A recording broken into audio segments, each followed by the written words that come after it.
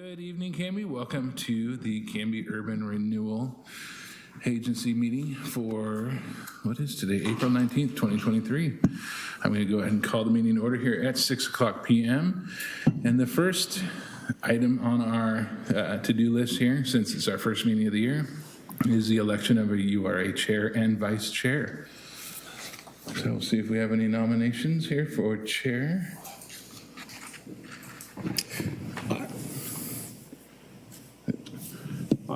Yes, I'd like to nominate Sean Barwig as chair. I will second that. All right, nomination and a second for myself to remain as the chair. Any discussion? Any other nominations? Any other nomination? Well, we usually do nominations one at a time, I believe. Usually you take on, but that's okay. I think you can only work on I one don't think motion at a there are time, any, right? so. Okay, perfect. Well, any discussion then? No, I think you've done a good job, Sean, in the role, and I know we've not had a lot of meetings, but I think when we've had them, you've done a great job organizing them and keeping us on track. Well, I appreciate that. I will accept the nomination. So I guess if there's no other discussion, we will go to a vote. All in favor of myself as chair? Aye. Any opposed? Seeing none, I thank you all for the honor of continuing. So we will move into a nomination for vice chair. I move to keep Mayor Hodson as vice chair. Second. Perfect. A nomination and a second. Looking for any other nominations or discussion? All right, seeing none, I will take a vote. All those in favor of Mayor Hodson as the vice chair? Aye. Any opposed? All right, those both carry unanimous. All right, second is citizen input and community announcements. Is there anybody who, I don't have any cards, so is there anybody who wanted to speak on citizen input? All right, moving along. Item number 3, consent agenda. I'll take a motion to approve the consent agenda. Mr. Chair, I move to approve the consent agenda, which includes the approval of the minutes from the September 7th, 2022 Urban Renewal Meeting, appointment of the Urban Renewal Budget Committee member Scott Sassy with a term ending June 30th of 2025, appointment of Urban Renewal Budget Committee member Lisa Potter with a term ending June 30th of 2025. Second. Perfect. So we have a motion and a second. Any discussion? You guys are making it easy. Yeah, why not? All right. All those in favor? Aye. Any opposed? Perfect. Moving on, new business, item number 4. We have letter A, URR 23-001, a resolution authorizing the Urban Renewal Agency Director to execute a contract with Canby Excavating, Inc. in the amount of $767,804.80 for the 2023 Canby Community Park Improvement Project. So I'll toss it over to Scott and or staff that want to do this. Chair Barwig and Urban Renewal Commission, I would like to call on Jerry Nelzine and Jeff Snyder just to come up in case there are any questions. This is the improvements that we've been planning at Community Park. It's an urban renewal funded project. That's how it's been budgeted, so that's why it's before you as in this body versus the City Council. And so I'd like to ask Jerry and Jeff just to give you a little overview of the project, and then also want to note that the bid amount came in higher than we had anticipated. And again, I can let Jerry and Jeff speak to that if you have any questions about that. But what we're proposing is to use the funds that we had budgeted for Community Park specifically, and then proposing to utilize some of the funds that we had budgeted for the Logging Road Bridge project, which we've really not done much other than just some preliminary kind of conceptual designing, and we've got the funds available there. So I guess with that, if you guys want to just give a quick overview of the project, and then if the commission has any questions for you. Want me to go? Sure. So you already heard the low bid cost. The difference in what it came over was $264,804.80. So within the year of us working on this, a lot of components had went up, so. Any questions? I'm sure we have questions. Commissioner Banks. So I'm curious about the logging road bridge that had been, I thought, budgeted and approved by this commission. What's the status on that? I had understood that we had like $5 to $6 million in savings from the urban renewal refinancing that we were dedicated and we had dedicated to doing that. Could we get an update on that? Well, I'll speak to that. A couple things. One is we're actually later in the agenda, actually the next item is to discuss some future items and kind of the schedule of how you want to tackle some of the things. And that's actually one of the items that we're going to need to tackle is that project and then kind of just the remaining projects that have been discussed for urban renewal. The way that the refinancing works is we only have so much per year until the district closes for capital expenditures. So we didn't have the whole bucket of money to do that full project. And I think this is something that the commission will want to have some conversation around, but we've only, I think just, probably because of some timing things and staff capacity, we've really only just engaged a little bit of the preliminary design discussion. But I think given that there's a new makeup of the Urban Renewal Commission, I think it would be appropriate that you all would revisit your priorities and talk about that project, and we'd certainly be happy to get into that more. I don't know if that gives you a satisfactory answer or not, but it's basically saying we weren't going to spend all that money this year anyway, and we have these funds available to do this project now, and we can talk about that project as we kind of unfold how the commission wants to move forward. Yeah, question. Since I wasn't on the council at the time this project came through, can you give an overview of what this project entails? Sure, you want that, Go Jack? ahead, Jerry. So this project basically is installing a new water service, a new sewer service. It's currently on an old septic system that's failing, and we were struggling with getting it approved with Clackamas County. We have to pump the tank every year, so it would have a grinder pump. It would serve the Boy Scouts with sewer, two, what do you call them, Jeff? The Denali restrooms. One where the original one is, and then one down closer to the parking lot next to the ball field with 60 additional parkers. With additional parking in with it. What's that? It's less parking than we currently. We were hoping for 60, but we ended up with less parking stalls, but more ADA stalls. And that's the main portion. That's the main gist of it. Okay, thanks, Jerry. Do you have a diagram or anything of the work? Yes, and we have it kind of several, and we, sorry, we should have brought you guys some stuff, but we gave all of that in the earlier presentation, but Commissioner Davis, you weren't, I guess, on the committee at the time, but we could give you any of that, email it to you, or you could even take a look at this one we have here. Okay. But this is the presentation that was done earlier in the year for it. I have this diagram. Yeah, that diagram there, Commissioner Patton, shows the sewer, the water line, where the bathroom placement is.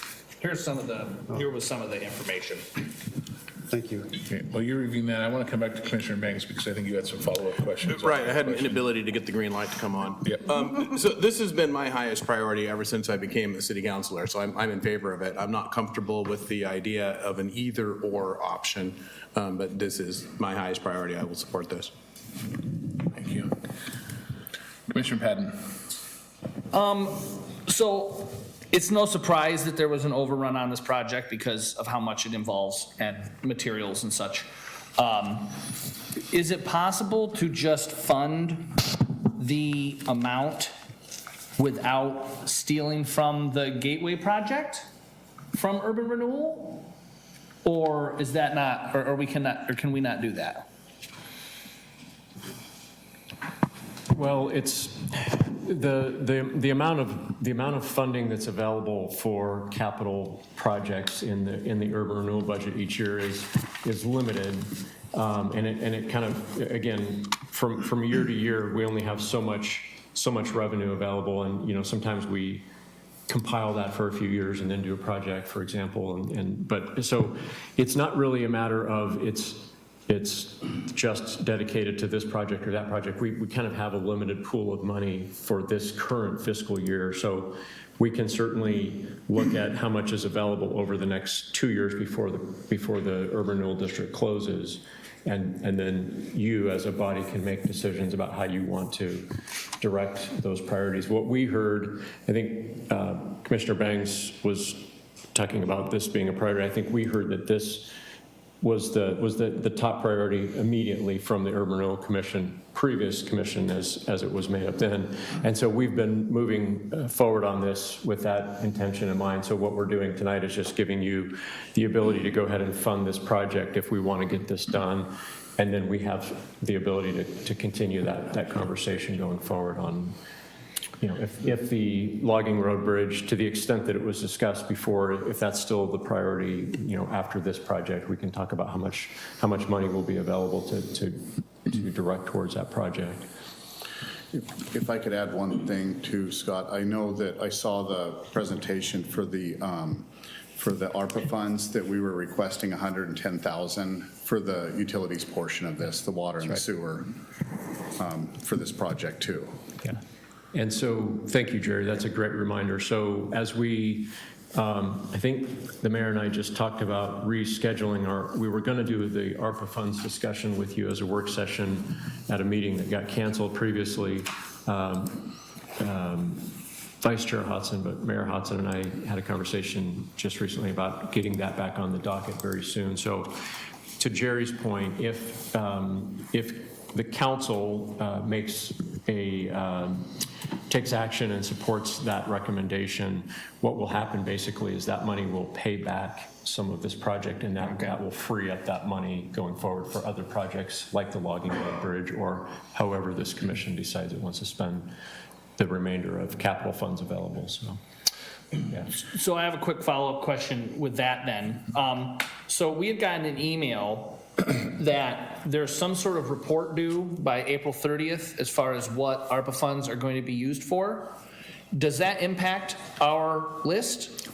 Or are we at risk of losing that money because we have not made any sort of firm delegation of where that's going to go?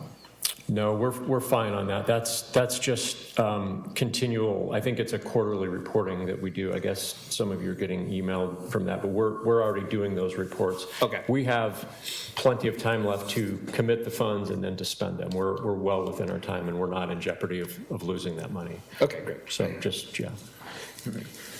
Commissioner Hensley, I saw your hand up a little bit ago. There we go, green light. Thank you. Yeah, a couple of questions, and if you said this and I missed it, I apologize for having you repeat. But one, I have a hard time, I understand inflation is everywhere and supply chains are a problem, but to go from 425 to 767, I mean, we're talking almost 50%, or a 45% increase. That seems a little drastic to me, so I'd like a little more explanation on that. Also, that's to you guys. And to Scott, I don't know how can we take monies from a 23-24 budget when we're not even there yet? We're in a 22-23 budget, right? I mean, it ends in June. We haven't gone through the budget process yet for next year's budget. So it's saying we're borrowing from next year's budget. So I have questions on how that works. And third, ARPA funds, is that a guarantee on that 110,000, or are we just going on a wish and a hope? So there's my Yahtzee. So when we started this, the engineer estimate was between 300 and 503,000, depending on what we did.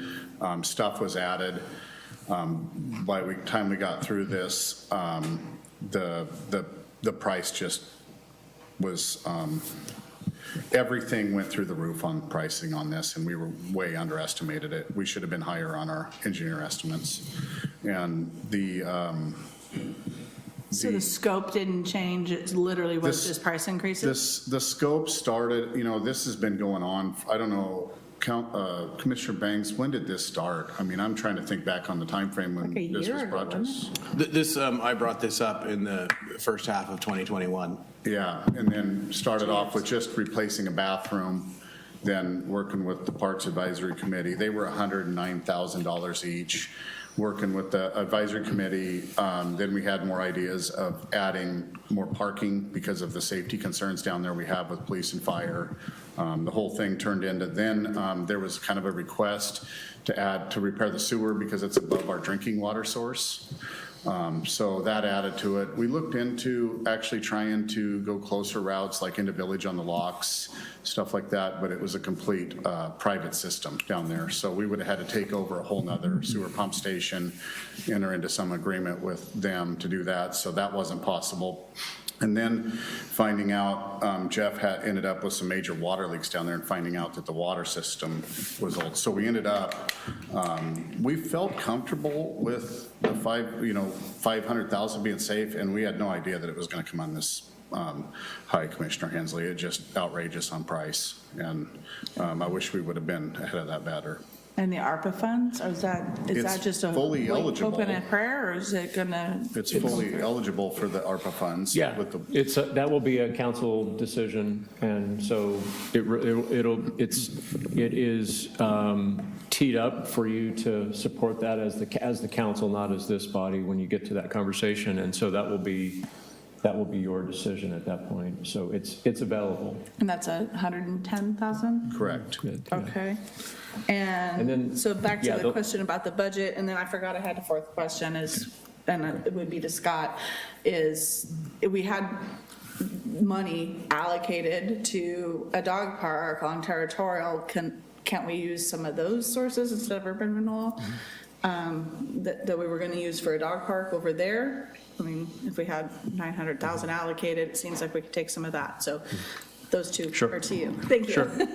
Both great questions. So the first one is your question about, I was just looking at the staff report, and you're correct that it says that additional funding is anticipated to be provided from funds allocated to the Urban Renewal Agency Gateway Improvement. That's the overpass in 23-24. So thank you for that catch. But what I would say is that's accurate, but we also have 425,000 in the current year's budget in 22-23 for the Gateway project.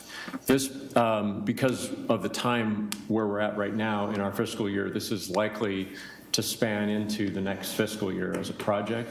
So we would have to reallocate the amount that we expect to spend into the next fiscal year. So I would say that the way that was written in the staff report is a little nuanced, but it would anticipate some of those funds currently budgeted being used, but I think most or a good bit of this project will probably carry into the next fiscal year. I don't know what you guys know about the timeline. Ordering the Denali flush restrooms is going to be time. There could be a large portion of this come in after July 1. Yeah.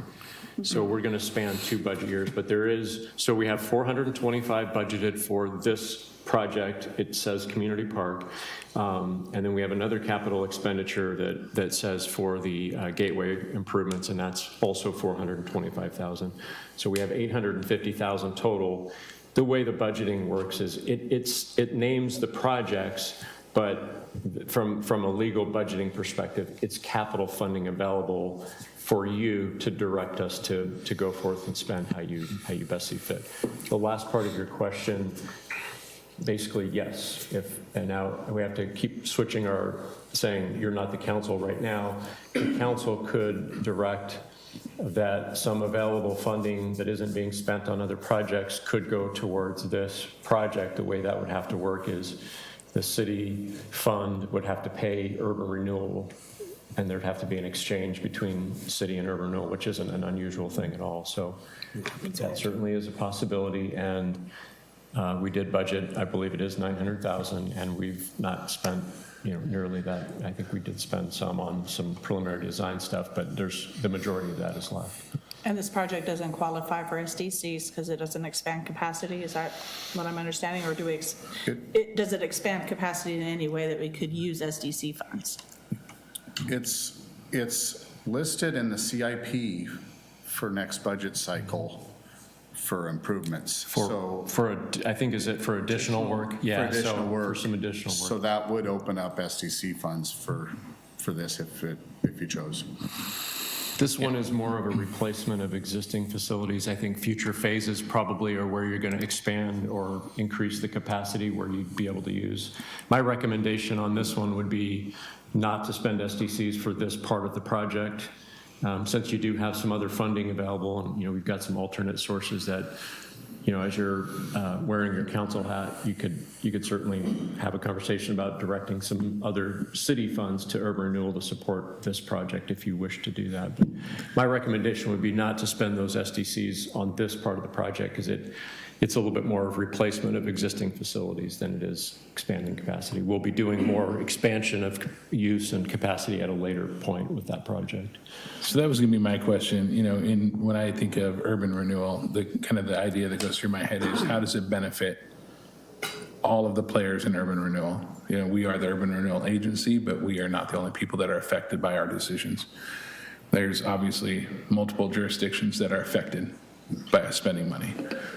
Canby Fire, School District, Clackamas County, or Clackamas Community College, multiple different. Clackamas County, yes, Clackamas County. Yes. Multiple people that are affected by our decisions, right? And so I always ask the question to myself of how does this benefit all the players?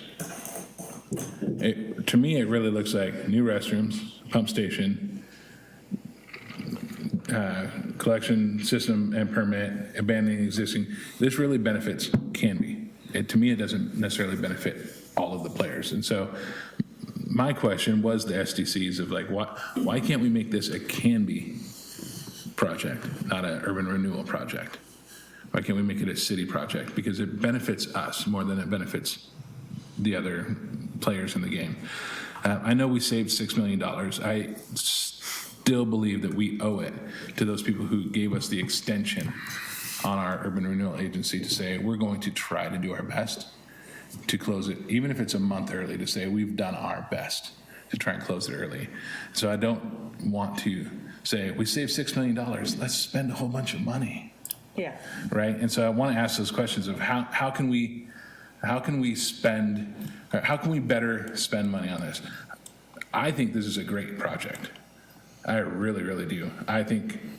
If you've been in those bathrooms, we need to replace them. If you've tried to park at the park, we need more parking. If you've been down there, obviously, this project needs to happen. Mm-hmm. I just am not convinced it needs to happen through the URA. So if it qualifies for SDCs and we've got SDC money, why can't we make this a city project? Does that make sense? Commissioner Banks? The urban renewal district is entirely encompassed within the city of Canby. So nothing we spend our money on within this district would satisfy the criteria you laid out there. There's absolutely nothing we could do that would satisfy that criteria. And so therefore, under the criteria you laid out, everything we've done, the building of the city police department, this building here under urban renewal would not qualify. Therefore, you would have been opposed to those things as well. We can't spend any money in the urban renewal district to satisfy that criteria. I think that a lot of the things that we've done do benefit the other organizations. So I guess I'm not trying to have an argument about it. I'm just asking the question of if we have SDCs that, if it qualifies for an SDC and we have SDC money, why don't we spend that instead of this? I think that should be the first pot we look at and then go down. If I could, I'd like to hear you, but I'd like to go finish ahead. this line of thinking if I could. Yeah, but Commissioner Davis has had his hand up, so. Yeah. Oh, I'm sorry. I Go would say ahead. after him, I would like to check. Well, let's let Commissioner Banks finish and then we'll go to Commissioner Davis and then Commissioner Patton. I think this is an extraordinary need for the people who use this park. I think undoubtedly this is the most packed park in the summer months. Everybody in Canby who doesn't own an air conditioner is either in the Willamette or in the Moala River when the temperature gets over 100 degrees. I would be extremely reluctant to delay this project anymore. It was my dream that this would be done by now. And I don't think anybody disagrees with you that it's a need. I just think that we're asking the questions. Our duty is to make good decisions, right? And so we might as well ask the questions of why can't we put it as SDCs versus URA? So my answer then would be because it would delay the project until we have that all set up, probably at least another month. That's why. Okay. Commissioner Davis. Thank you. I guess my concern is around the financing as well. It was budgeted $425,000 in the staff report. It says $425,000. If you look at the end balance for Waite Park and for Community Park, there's $402,000 in that account at the end of February. So we don't have $425,000 to allocate to this based upon the report that we received for the city council on the financials. So we're a little short already, not a huge amount, but 425 versus 402 in that account. Okay, so we don't have 425,000 out that was originally budgeted for this, you know. The other part, I agree with the statement in regards to the overage. This is excessive. I believe in the project. The project's necessary. I support the Park and Rec, that this project has to happen, but we also have to look at long-term. You know, we're kind of putting the cart before the horse here. Maybe we should have the discussion around what we're doing for urban renewal and then talk about this project. Because every one of these projects are going to be very, very expensive because cost of everything has basically gone up at this point, you know. And so I guess my concern is there is more than the amount that's in the staff report based upon the financial statements that we just received. Not much, but it's close to $18,000 or so that you're also short on this account as well. Thank you. Commissioner Patton. So a few thoughts. One, when it comes to the statement made about what the purpose of the URD is. I partially agree with what Chair Varwig had to say, but this is my take on what the Urban Renewal District is for. It benefits the partners listed by creating a stronger and larger tax base. These projects would not otherwise be able to be done to do that. Microphone. Oh my gosh, I'm sorry. Thanks, I hope Martin. I don't have to start all over again. So what I would say is this, when it comes to URD, the purpose of the URD is to take land that wasn't necessarily of a high tax value, raise that tax value up by putting infrastructure on it so that as the city as a whole generates a larger tax base for all of the partners that you had mentioned. As something that I advocated for when I was on city council was things like not only investing in streets and sewer and stuff in the industrial park, but investing in those things that make the livability of Canby better as well, help make Canby a more desirable place for folks to move to, for businesses to come to, and ultimately that helps bring that tax base up. So when the Urban Renewal District sunsets, which I will make very clear, I am not against the urban renewal sunsetting. It must sunset. It then provides more tax base for fire and the city and the schools and all of those players. As far as the comment about take money from the dog park, I have no problem asking the city council, when we put on those city council hats, hey, city council, would you be willing to pay for some of the difference that the urban renewal district has a shortfall in for this project? I'm totally fine with that. My concern is, A, we would need to have the conversation of where those funds come from in that meeting with those hats on, but specifically naming the dog park, where I have some reservation with that is, the city council sent the dog park back to the Parks Board to review, to find possibly an alternate location. It might be at an alternate location, it might be at a different it might be at the same one. I would hate to take money away from that project to put it towards something else when they haven't even come back to us to tell us if they plan on doing the project or not. And second of all, I'm really reluctant. I mean, I understand if we can use, like, taking some money from the beautification of the logging road bridge and putting it towards this project, but I don't want to see that project get cut out either.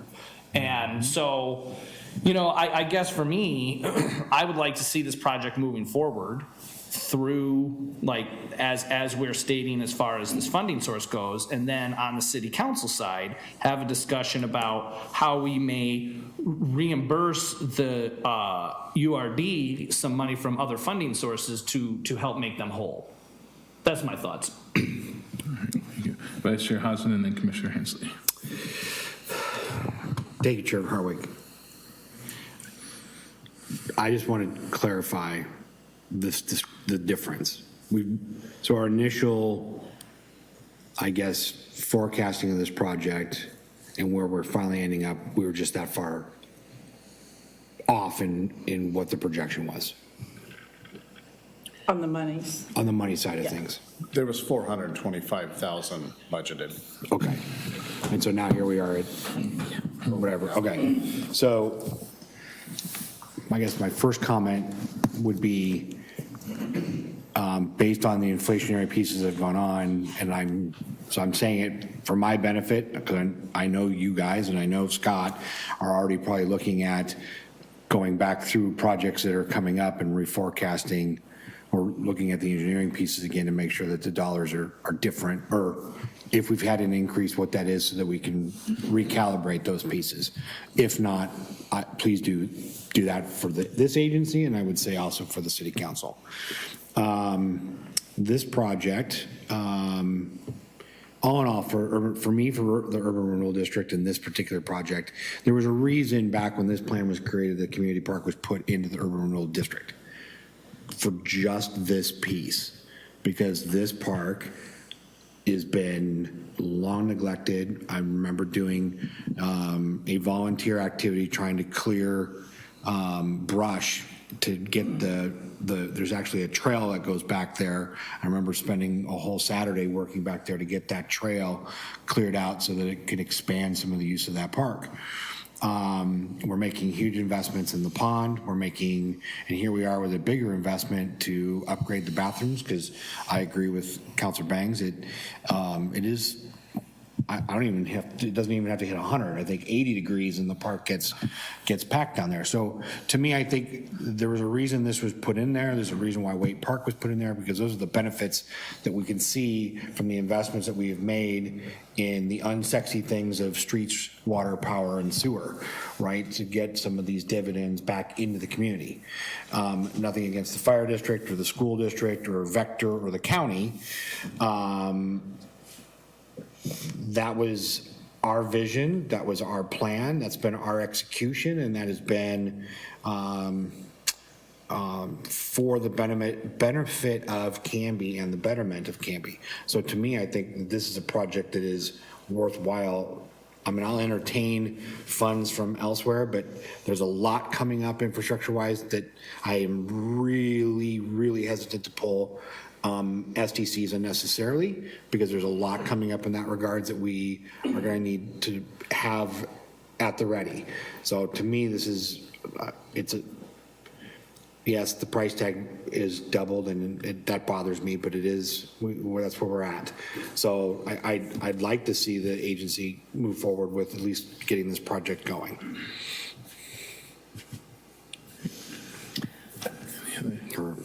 Scott's got a. First, if anybody has. Commissioner Yeah, Hensley. it is. Yeah, oh, thank you.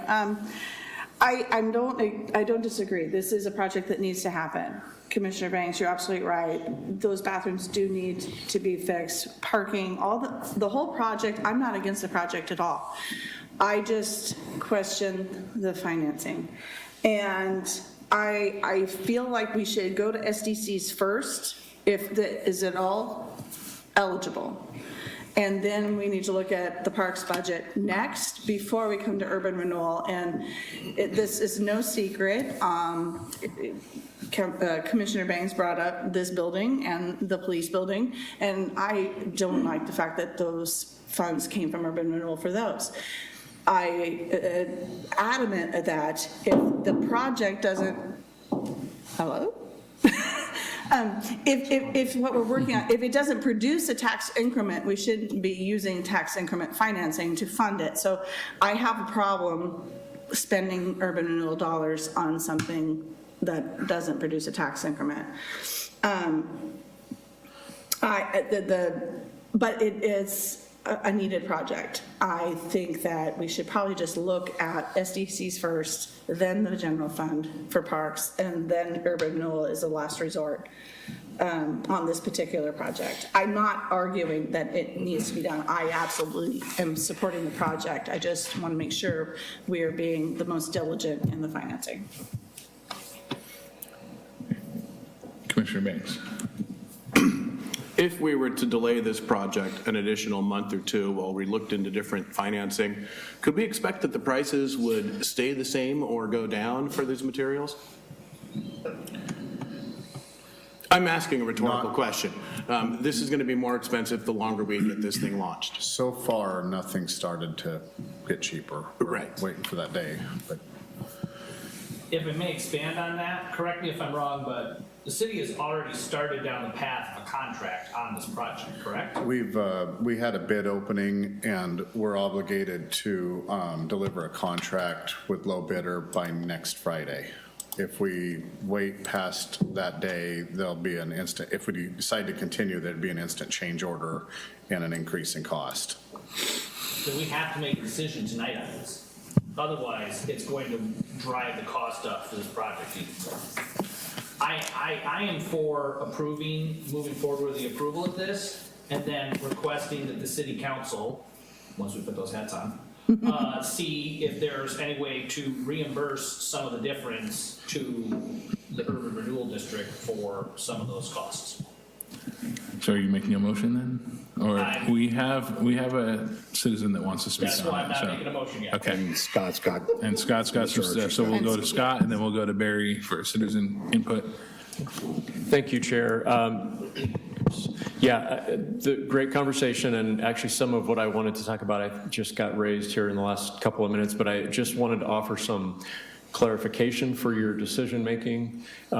It's your choice as urban renewal agency to choose to award this contract or not. So just as a refresher, though, I wanted to just remind how this kind of came to where it's in front of you tonight, and that is the Urban Renewal Commission had prior discussion, kind of did some prioritization of projects, and we based the current budget on those priorities, and this was identified as the top priority. It's in the urban renewal plan. It is eligible for the urban renewal expenditures because it's in the plan. The estimate was off, which does happen in projects. That's just kind of the nature of things, and our markets are fairly volatile right now. However, you still have the choice to accept or decline the bid award. What I would say is, and I wanted to say for Jeff and Jerry that they've just acted on the prior direction and brought you the bids tonight, and that's what they were directed to do. So here we are, just, the information is here. That's why we have these conversations publicly, so we can daylight the conversation and have a good discussion and debate. But I just want to say that, this was prior direction. We went out and got the bids. This is the low bid of 4, and if, in the packet it shows you the range all the way up to 900,000 for the highest bid. So the nature of the process is that we have to go out and do a public bidding before we can bring you a recommendation, and unfortunately this was high. We do have the funds available in projects to cover this in the current budget if you should wish to make that direction and that decision. Again, you don't have to do that, but I would say, as Jeff and Jerry just described it a little bit ago, we're going to run into, we bid this project and then we have a time expiration on when those bids are still good. So we're going to run into that pretty soon, which then means if we were to proceed differently, we'd have to go rebid it, and will, to be determined on what that would look like, whether it's higher, lower, or similar, or whatever.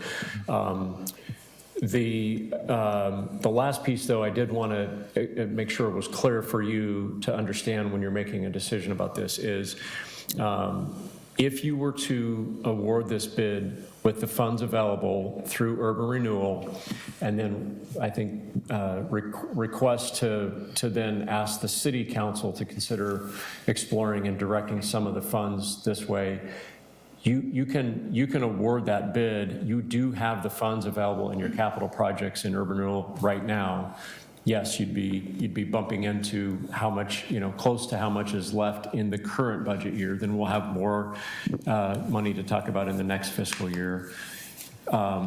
So the option could be to award this as an urban renewal project now with the funds available, and then have that conversation at the city council level of how much funding, with what sources to direct back. I would issue just a little bit of caution on the use of the SDCs. Again, I'm not certain that we would need to review if the council directed staff under the city council umbrella to look at funding. I don't know how much of this project would be SDC eligible. The other piece of that is whatever you would choose to spend on a project now for SDCs would bite into those future uses that have been kind of mapped out for the next several years with the work of the Parks and Rec Board. And we had a presentation on that a little while back that kind of mapped out this anticipated amount. And so anything that we would expend out of that money would then draw away from those projects as well. So we need to keep that in mind. But you do have options, and I just wanted to make sure it was clear that your options could be, you, as a commission, you can decline to approve this. You can approve it with the funds available and have the hope that the council would direct some of that money back. You've got ARPA money to discuss. You've got other projects that aren't being done at the moment to discuss. And then the SDCs is something we'd have to investigate how much would be really eligible. So just wanted to make sure it was very clear what your options are here. But if you don't approve this in this meeting, I think we're going to run into probably a rebidding process. And then if it comes back as a council project, a city project, remember that we have to do the 2 readings plus the 30 days, so that adds some additional time onto when we would start the project. The Urban Renewal Agency doesn't have that same charter restriction about the having to be an ordinance versus you can just approve projects as a resolution like you're doing tonight. So. Yeah. Scott, let me ask you this question as Barry's making his way up. Recently, I noticed that the Board of County Commissioners did approve Cappard's request to reduce their size. As we're making improvements to our parks, how does that affect Cappard coming in? If they obviously they have to go get a funding mechanism, right? They have to get funding in order to.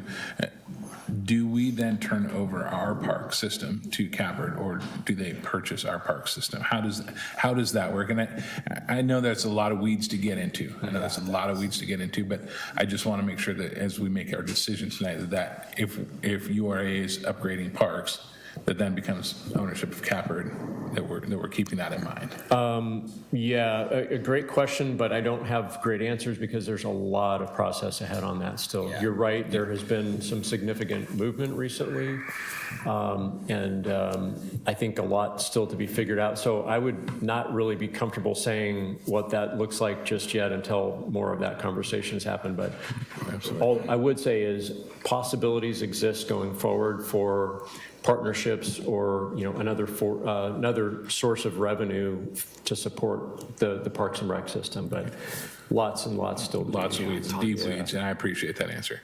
Mr. Johnson, what say you, sir?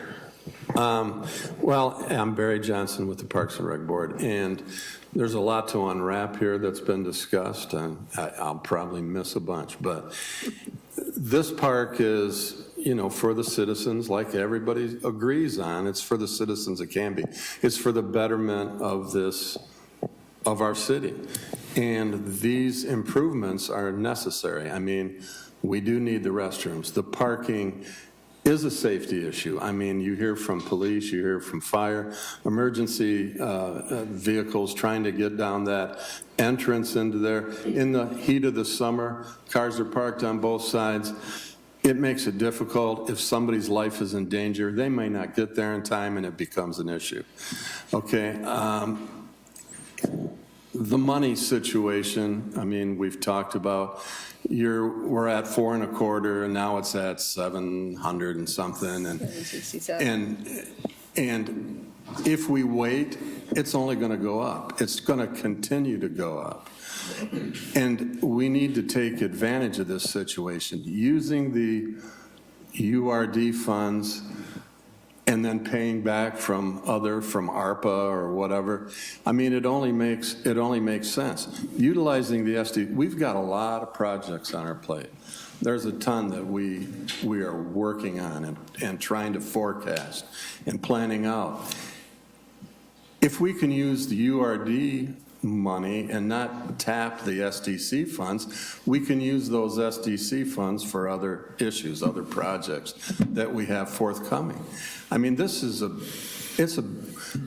Parks Master Plan opened our eyes to a lot of things, and it's given us many projects, many things that we need to look forward to and move forward for our city. And I think we need to take advantage of the mayor said himself, this park was planned around the URD, right? I mean, the park was included in that URD mapping, okay? And so utilize the funds necessarily that are available to us, and if we have to borrow from Peter to pay Paul or whatever in order to get this done, well, then let's do it. I mean, it's for the benefit of the city and the citizens of Canby. Everybody's agreed. So let's move forward and stop spinning our wheels, I guess. Do you think that I'll get to you in a second, do you think that your board that you chair, are you guys all in favor of this project? Are you speaking for the board or for yourself? I think is his question. Okay. Yes. Are you speaking for the board or for yourself? That's his question, and I would say, yes, but I can't be 100%. I would say I'm speaking for the majority of the board. I would say I'm speaking for the majority of the board. Great, thank you. Commissioner Patton? I move to approve resolution URR 23-001, authorizing the Urban Renewal Agency Director to execute a contract with Canby Excavation Incorporated in the amount of $767,804.80 for the 2023 Canby Community Park improvements. I'll second. All right, we have a motion and a second. A motion to approve URR 23-001, a resolution authorizing the Urban Renewal Agency Director to execute a contract with Canby Excavating, Inc. in the amount of $767,804.80 for the 2023 Canby Community Park Improvement Project. Any further discussion? Commissioner Hensley. Thank you, Mr. Chair. I don't disagree with any of the arguments for the project. I absolutely believe this project needs to happen. I am still in disagreement of the funding mechanism. I see how the votes are going to go, and so I will vote to support the project, but I am going to hold Commissioner Patton to his word, and I am going to be looking forward to finding a way for the city council to reimburse the URA for some of this, because I kind of feel like I'm being a little bit held hostage, and because of pricing going up and timelines and whatnot, we need to move forward now rather than later, and I get that, but I just want to express my very much displeasure in the way this process has gone, and the funding mechanism should have been ironed out sooner rather than now, and I'm displeased, but I will vote to support the project because the project needs to happen, but I do want to look at reimbursing the URA. And Commissioner Davis is next. I'm done. Okay, Commissioner Davis. I'm in support of the motion. Jason, I just had a question though. How do we how do we get into the minutes? And when will we hear this as as city council moving forward with that? Because, and my second comment is it's a shame we have to operate in crisis. Okay. I mean, here we are in April, and this is our first urban renewal meeting. How come this wasn't brought to us when they started this process in early January, and here we are in April, and now we're having to make decisions on crisis because it's to us before the bid has to be awarded? I think we need to clean that up a little bit in regards to getting this in a timely manner so that the commission isn't put in this situation in the future. Thank you. Can I just speak? Let me go to Commissioner Patton. Yes. Because your name's been brought up, I'll go back to you first, and then we'll go to Vice Chair Hodson. Am I allowed to talk? Oh, Yes. fine. Yes, oh my gosh, the button. So anyways, I have added to my section of counselor comments to request the mayor at the time that we are in that meeting to investigate adding this conversation to a future agenda, is what I've done. So that's my plan. Would you possibly want to amend your motion to include asking the city council, because I believe that would help? No, I don't think No? No. No, it's not okay. necessary. Okay, No. all right. Vice Chair Hodson, you had some words. Yeah, I think I kind of question like some of this. I mean, again, this year it was budgeted 405,000, right? It was what? 425. 425 was budget. And we knew that this was going to go over a 2-year span, or 2 budget cycle span. So, when the numbers finally come out, I'll be curious, we'll get to that piece of it. In terms of being held hostage, I'm not sure why you feel you're being held hostage, but maybe you can explain that to me on that point. And I think staff brought this to us as the earliest piece that they can. Had we not canceled 2 meetings, I don't think that we would have been feeling like we were in this crunch today. I don't necessarily feel that I don't feel that we're in a crunch on this piece, but I mean, that's just, I just want to put that out there that we would have had the 2 previous meetings where we probably could have done an urban renewal agency meeting. Well, and we didn't. Okay, my call as the mayor at the time. So I don't necessarily want to put all that on staff on this particular project. Great, thank you. Got one. Go ahead, Commissioner Hensley. Oh, it was just a process thing I was going to suggest, in addition to what's been discussed as far as asking the city to consider funding.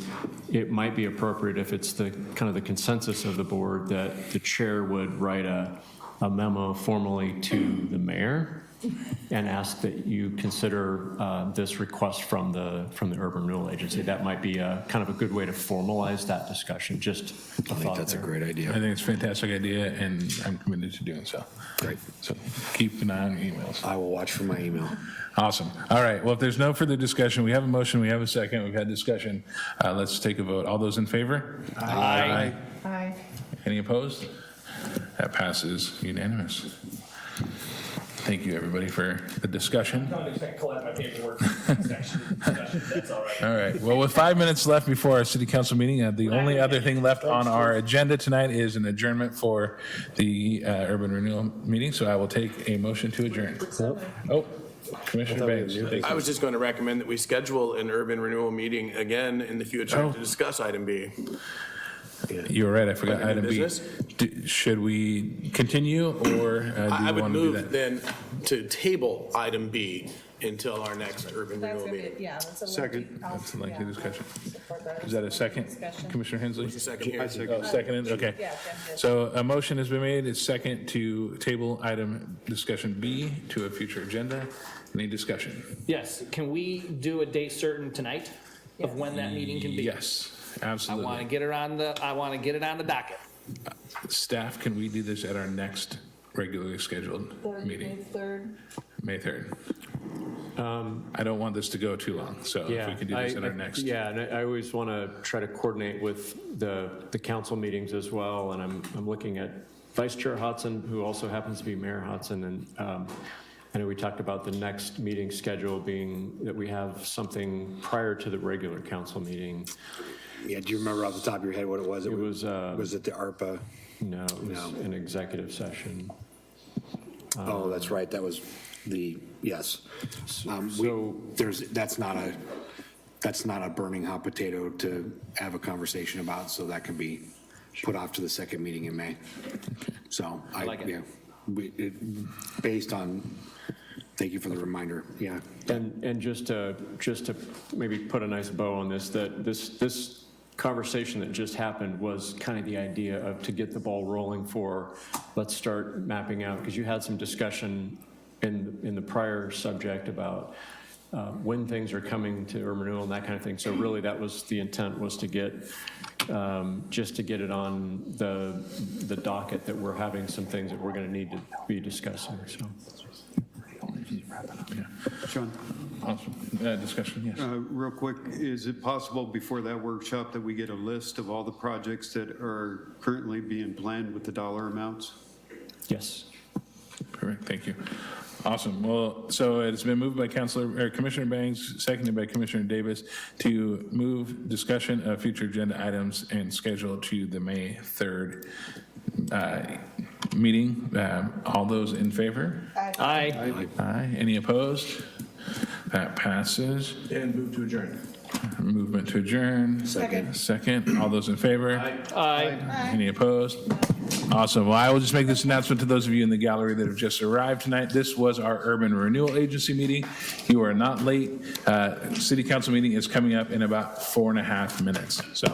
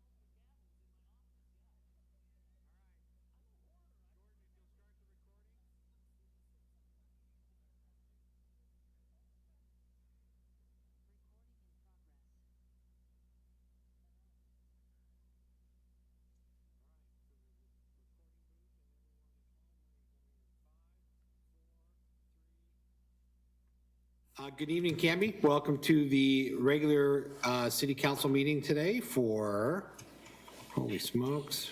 April 19th. It is April 19th. Yes, for April 19th, if you please stand for the invocation and then the Pledge of Allegiance, please. And actually, just for tonight, please just like take a moment of silence for our first responders and our men and women in service across our country and around our world tonight.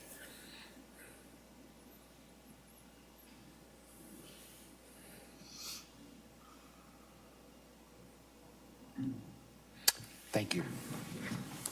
I pledge allegiance to the flag of the United States of America and to the republic for which it stands, one nation, under God, indivisible, with liberty and justice for all. Thank you.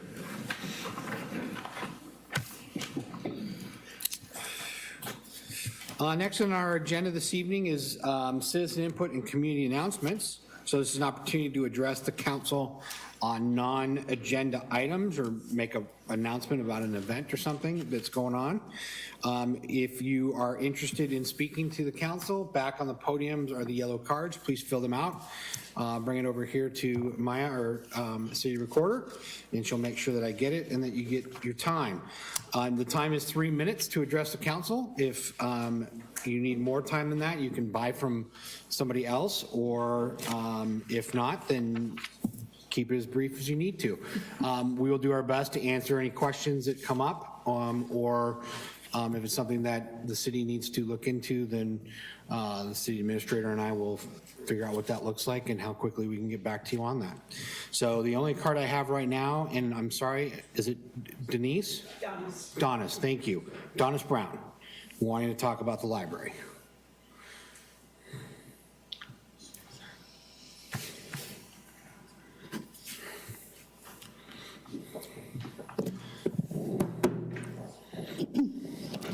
Thank you for an opportunity to speak to you. I'd much rather be home watching television. I'm sure you would too. And the topic that I have is not a pleasant one. I'm Donis Brown. I'm a Canby resident. I'm a retired school principal. And I'm speaking just for myself, not for any group. I was a principal with 25 years of supervisory experience. My last school was in Silverton in 2002, so you can figure out how old I am. I'm 85. And I supervised 60 people at that situation. And the reason I bring that up is because I want to address supervision in our library. I'm here this afternoon, or evening rather, because of my concern about the quality of supervision of the Canby Library employees. Every week for the last 2 years, I have been a volunteer through the Friends of the Library organization, and I work in a workroom in the back of the library, which is close to the library staff, and it's in this position, this role, where I'm back there dealing with donated dirty books and trying to find good ones so we can sell and make money for the library, which we do.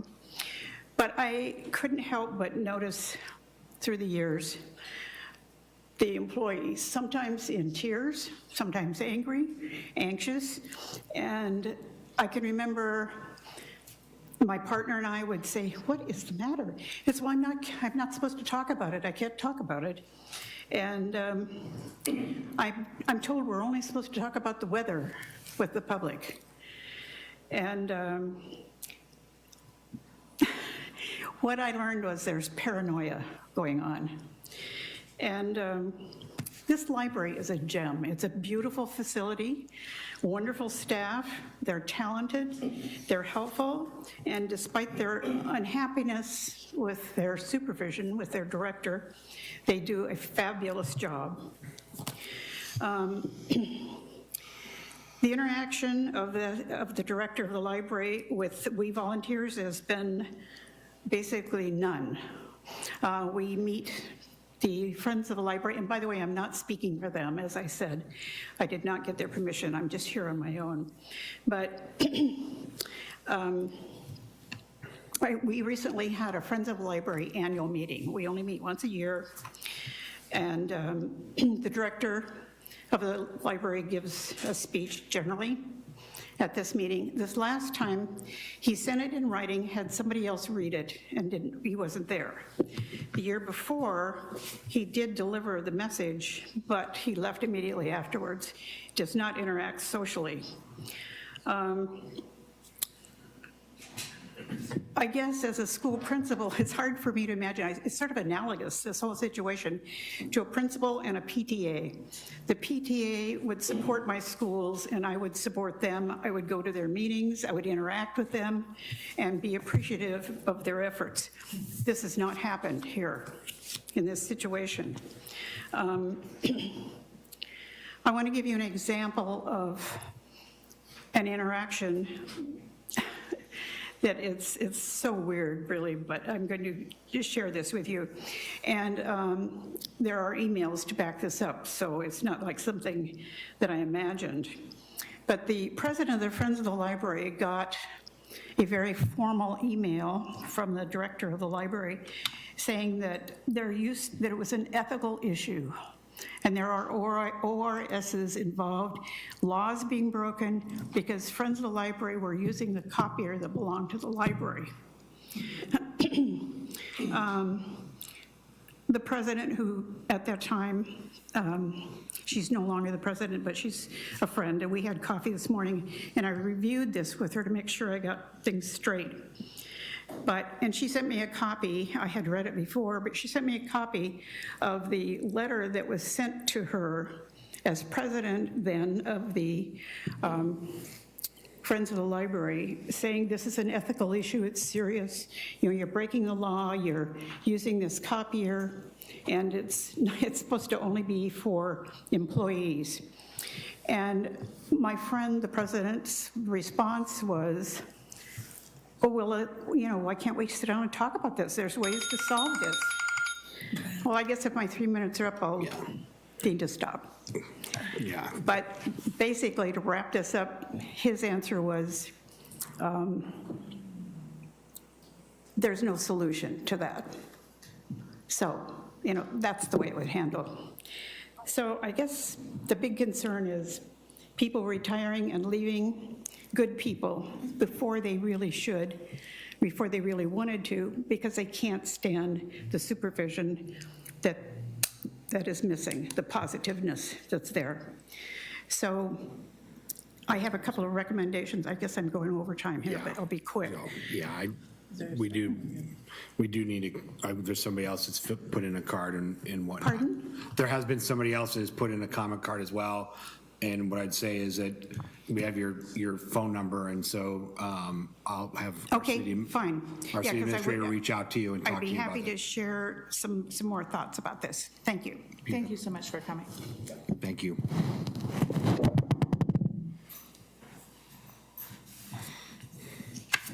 Mr. Perez. Yes.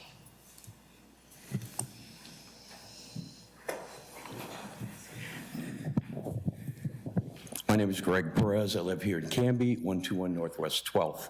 I wanted to make a couple of comments based on what she just stated. I'm a member of the Kiwanis Club here in Canby, and there was a call for the library director to come and speak. And in so many words, it was we were not important enough, or he didn't want anything to do with us. And one of the reasons why we had asked him to come and speak is we were in the process of writing a check out for $50,000, which we were going to give to the library. And so that did not take place, and we changed our minds and gave it to the Canby Center for the new building. So, and this is not, this is one of many incidents that has taken place in the library. That's all over town. It's a lack of leadership. Nobody's looking after anybody and so forth. So anyway, I just want to say that that's not the only comment. All righty. Thank you. Thank you.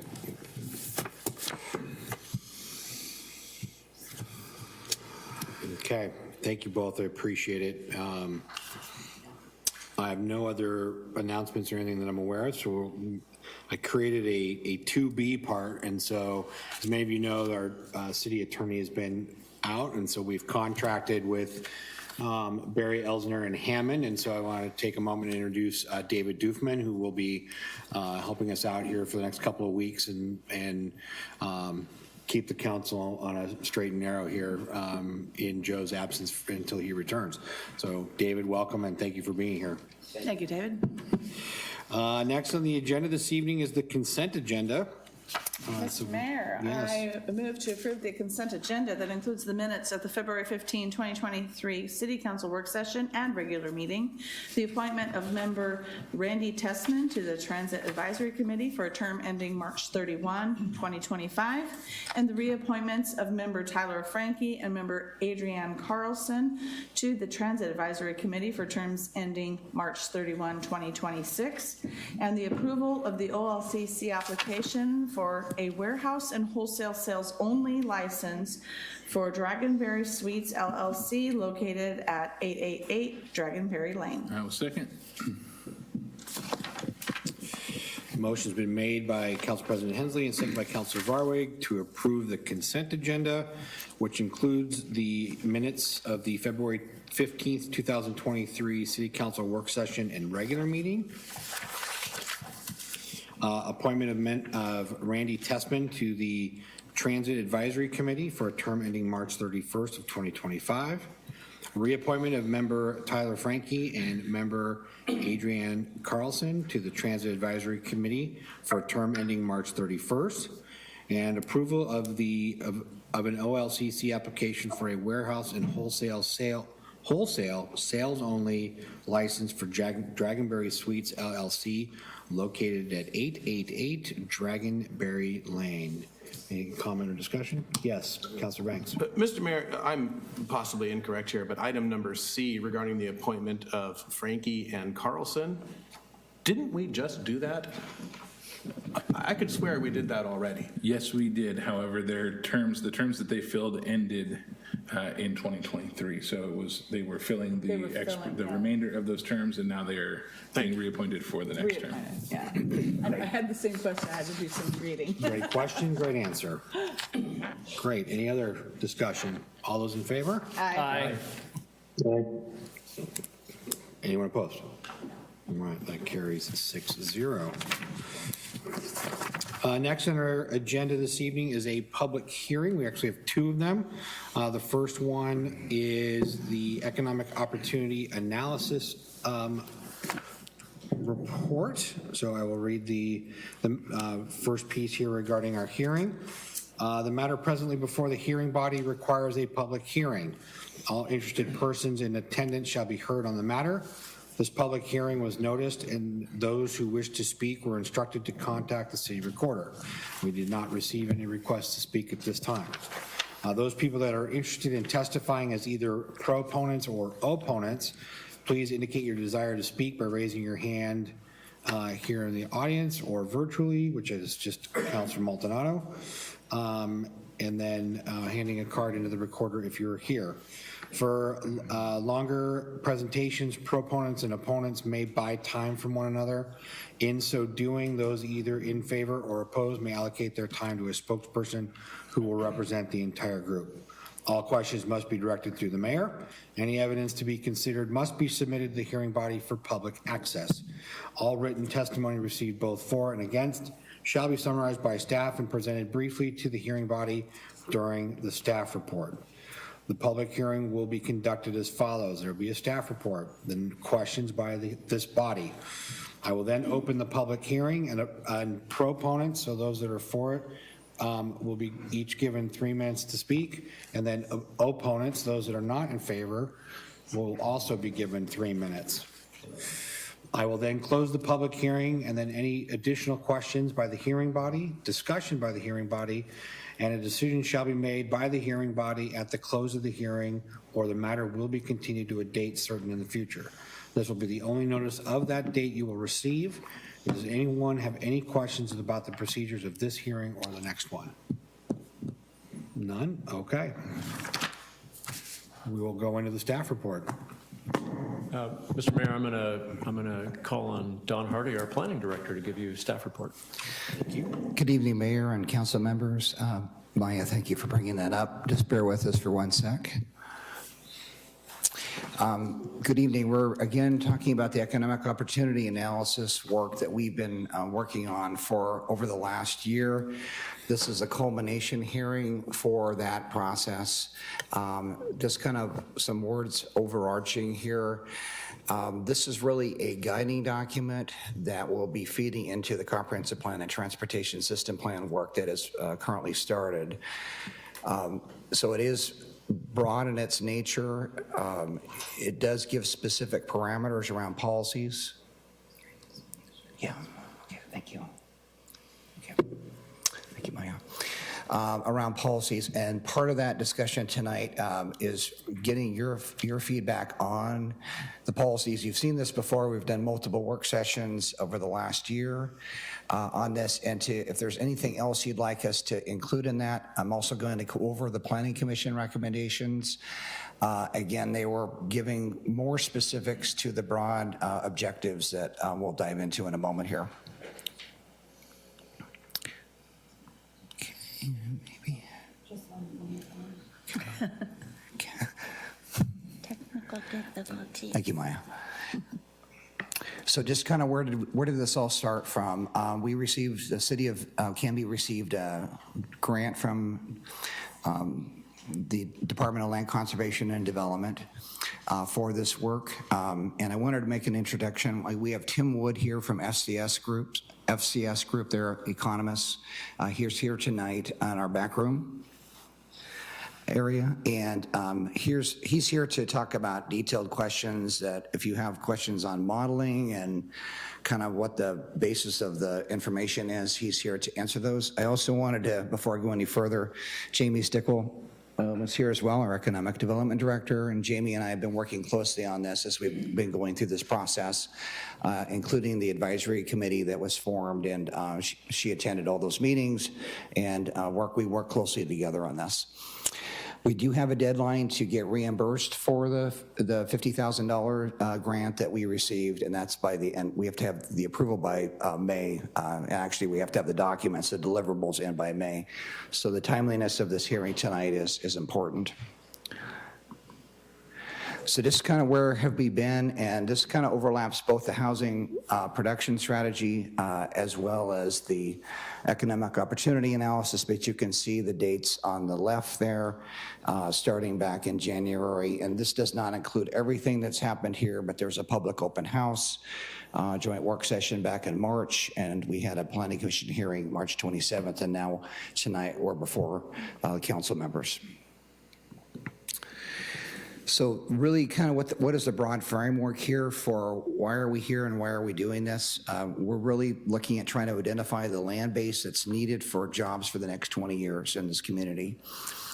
That is going to include an analysis, or did include an analysis of what has been absorbed already in the industrial park and also in commercial lands.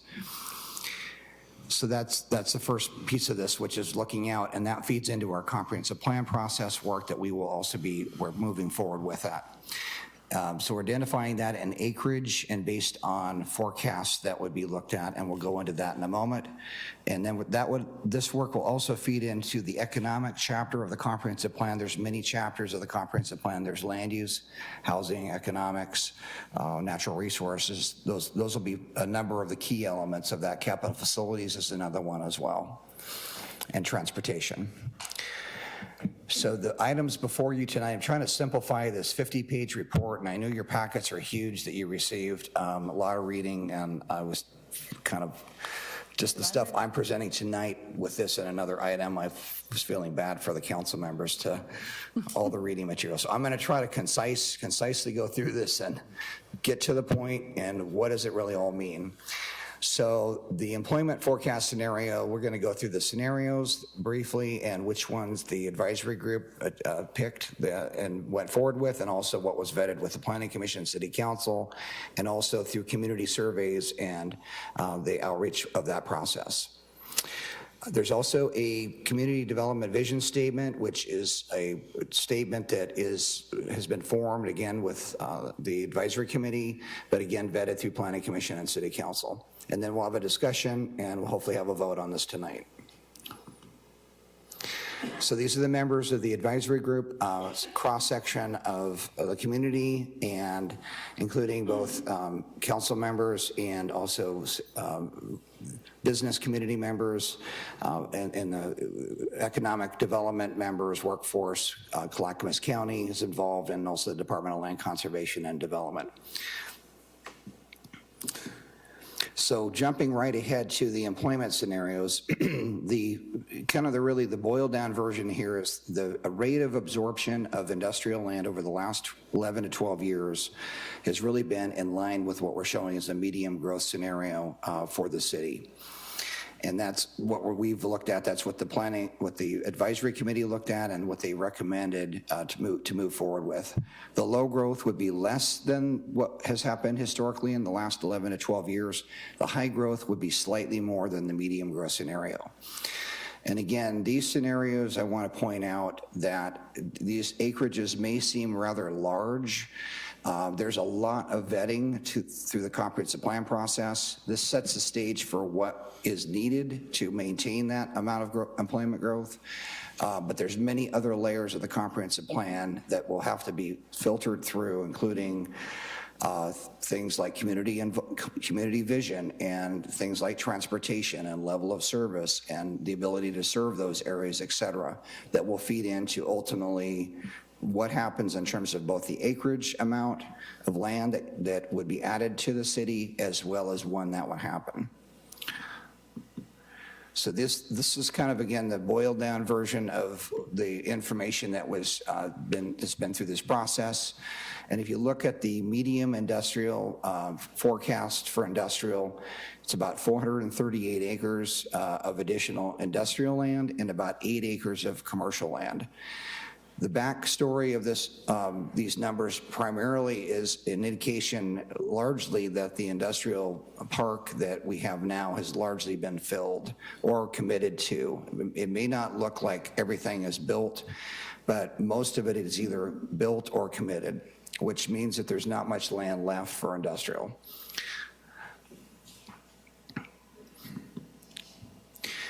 The other part of this process is looking at what are the development objectives, economic development objectives for the community, and this again was vetted through the advisory committee, as well as through council and planning commission, and through the public process through surveys and getting input on these individual items.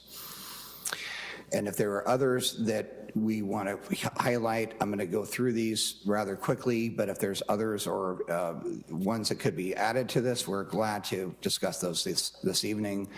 I believe these do present a pretty broad spectrum. They're intended to be broad statements, and part of the comprehensive plan process will be developing policies that will be getting more specific. Ultimately, there's implementation as part of the process of the comprehensive plan process. So basically, these are, I'll clip through these and we can come back to them. And I would like to get to the planning commission recommendations as well, but I can go through these individually. Number one, enhance Canby's positive business environment with adequate commercial, industrial, and mixed-use sites to address future growth opportunities. 2 is to plan for industrial expansion areas east and north of Molino Road. 3, retain and attract businesses that provide quality jobs with high levels of employment per acre. 4, provide incentives for targeted job creation and major private investment. 5, support expansion in health services. 6, support workforce training and development. 7 is expand opportunities for the development of workforce housing. 8, expand lodging options. 9, fund roads and infrastructure using innovative techniques. 10, support arts and visitation, including agri and bicycle tourism. 11, attract downtown redevelopment with integrated mixed-use buildings. 12, update design standards and provide incentives for building renovations. And 13, think global/regional and act local with respect to community development.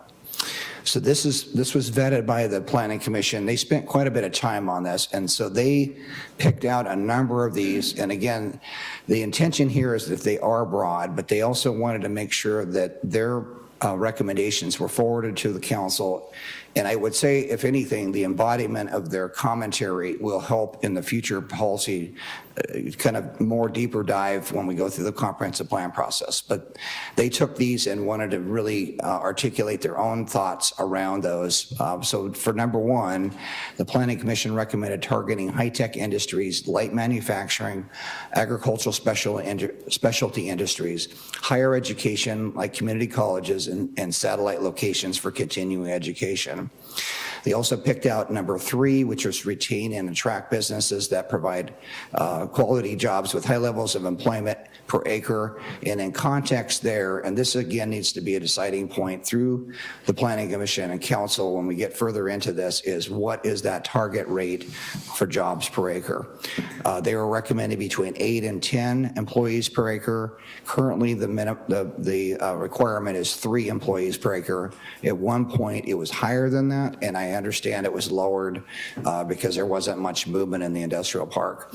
So that would be part of, again, this process is not to determine the exact number for what you're adopting tonight, but there will be conversations around this that will be, this information will help in that process, but ultimately there will have to be a code update if there is a desire to change the employees per acre. Number 5, the Planning Commission on supporting health services would like to include support services for the health industry. Those could be manufacturing related, senior living, in addition to outpatient treatment facilities. They picked number 8 as well, which is lodging options, and they recommended a focus on hotel convention center to support activities at the fairground and other events in the city. They also looked at number 9 on innovative techniques and specifically talked about urban renewal funds for major infrastructure and focusing on a radius road system around the city to address future road needs as the city expands. And then number 10 on arts and visitation and that focus, the Planning Commission would like to encourage promoting a convention center. And 11 on attracting downtown redevelopment. There was a feeling that there was not a lot of synergy between the downtown and the industrial park. And I think, how do we kind of bridge that more? It wasn't exactly defined, but there was just a general sense that how do we connect the downtown both physically and also perhaps, in the context of like what's going on between the two sides, downtown and the industrial park. So that, I'm just going to take a pause there and go back to the, because I gave you a lot to think about. So on the economic development objectives, if there are questions around any of these, I'm happy to go through those at this point and discuss them. I will throw the first question out there, and that's item number 2. Why did the Planning Commission not, at least maybe not, if that's not the area for expansion, why was there not another recommendation for expansion? They basically, on their recommendations, were okay with all of they didn't preclude, I guess I should have made that context. They're supporting, their recommendation is to support all of those 1 through 13. Okay. They felt very strongly and specific about saying, we want this added to the record on these specific items. So they're not saying they're against that. In fact, they're in favor of that. But they felt like strongly about these other items, like we want to get this on the record as to what we're trying to target, jobs and that kind of business activity. I appreciate, thank you for clarifying that, and I do appreciate, especially on item number 3, I know we did make that change, and it led to definitely some development out there, but I think when we look at item 2 and item 3 about the industrial park, we can't, as a city, do the projects that we want to do or the things that add to our livability solely on the backs of apartments and single-family homes. So I agree with those pieces for sure. So, Councilor Patton, did I see your hand go up about a comment or question? No. No. Okay. Not yet. Not yet. No, not yet.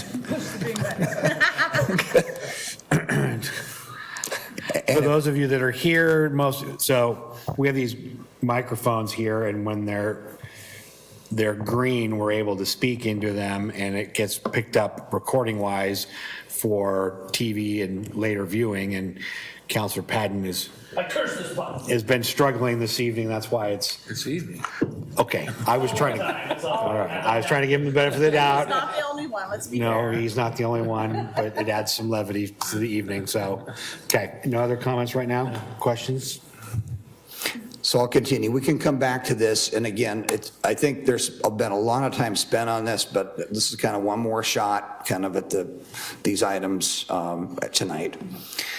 So moving on, there was also with the advisory group, the development of a community development vision statement, and I'll read that. Canby shall retain and enhance its unique sense of community and livable neighborhoods. Canby continues to be a great location for businesses to thrive and expand. Canby's downtown is inviting and safe with innovative businesses that meet the community's needs. Canby's employment centers attract a diverse mix of businesses that offer quality jobs and benefits. The Highway 99 E-Corridor is designed as a safe and attractive gateway that invites visitors to explore Canby. The City of Canby proactively plans for and invests wisely in infrastructure and services that enable the community to manage growth in a sustainable manner. And this again is, for your input as well. I know we've work sessioned this a lot. There's probably been at least 3 or 4 work sessions jointly, and then the Planning Commission's also had multiple separate work sessions. So that's another piece of this. So this may be going back through.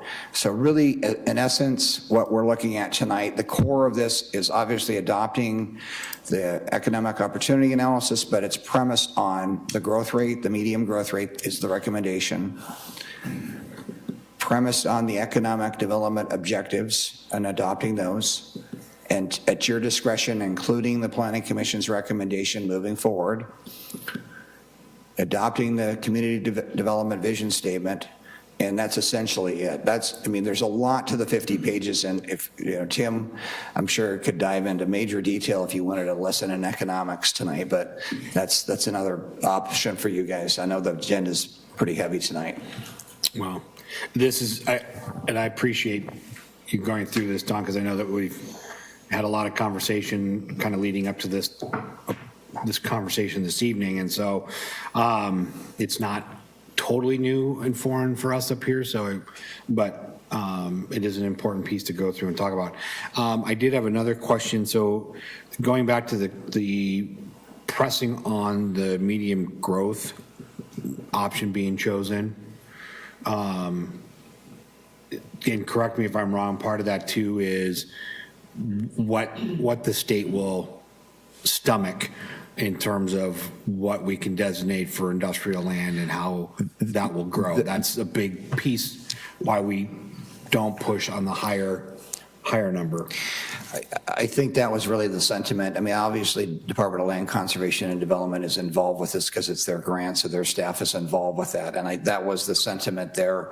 And just maybe another piece of this, and I know that as much as it is challenging to expand into land that is not currently developed and is perhaps farmed, that's another whole nother aspect of this as well, is that this gives the justification for at least the land itself, but there's a whole nother set of analysis that would need to happen as part of an urban growth boundary expansion, which would include soils, viability of agriculture, those other things. So that number could end up reducing, but at least it needs to be established as what is the target that Canby is looking to do as part of scenario planning and what we're going to be looking at in the future.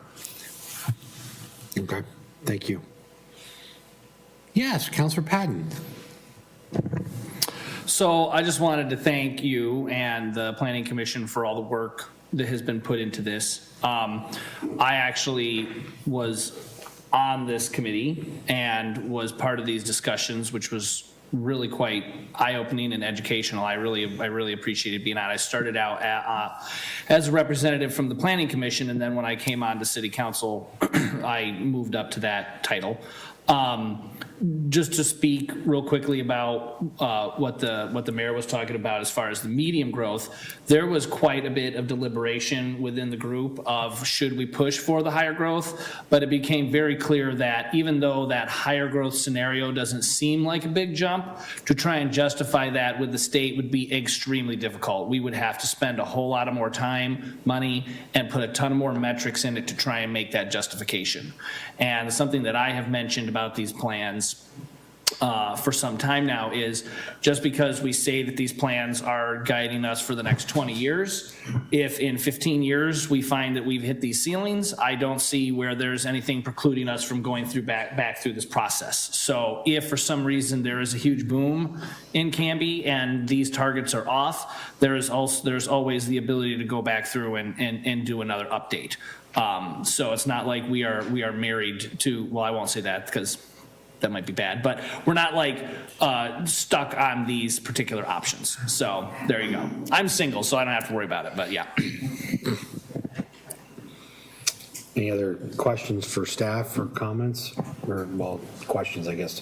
I just had a comment. In the first place, I appreciate that Don felt bad that the packet was so long. It was long, and I have to admit that I was 4 minutes late to the Library Advisory Board meeting yesterday because I fell asleep reading it. The vision statement that claims that the 99E corridor is safe and attractive was a point of amusement for me.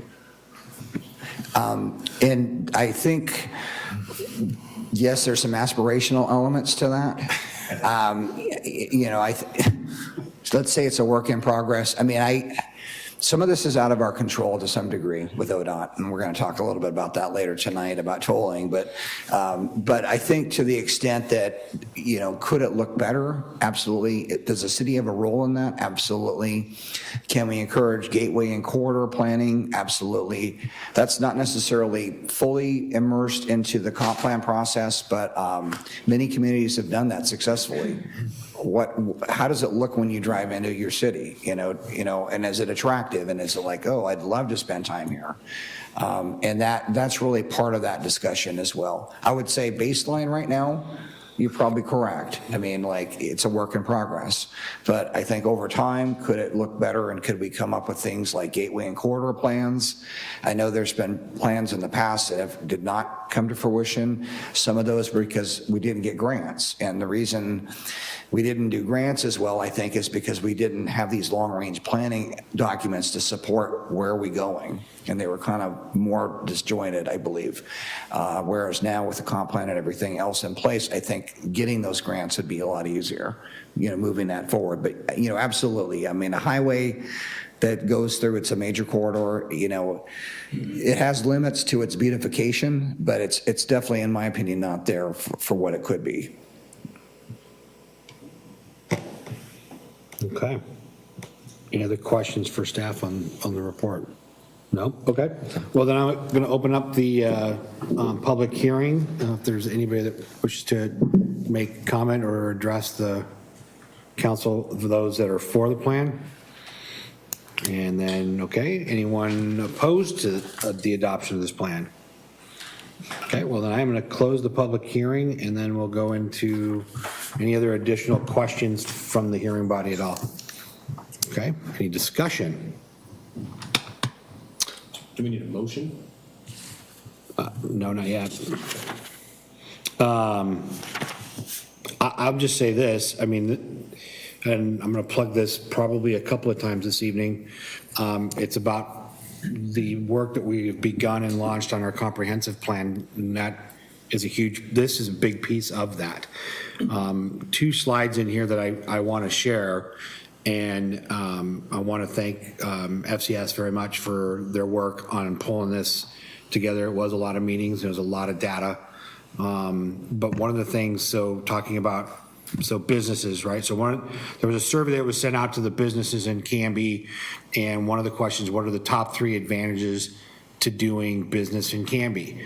Number 1 was quality of life. Number 2 was Highway 99. So as much as we talk about it being a challenge, it's still something that the businesses appreciate, that we have that kind of transportation corridor.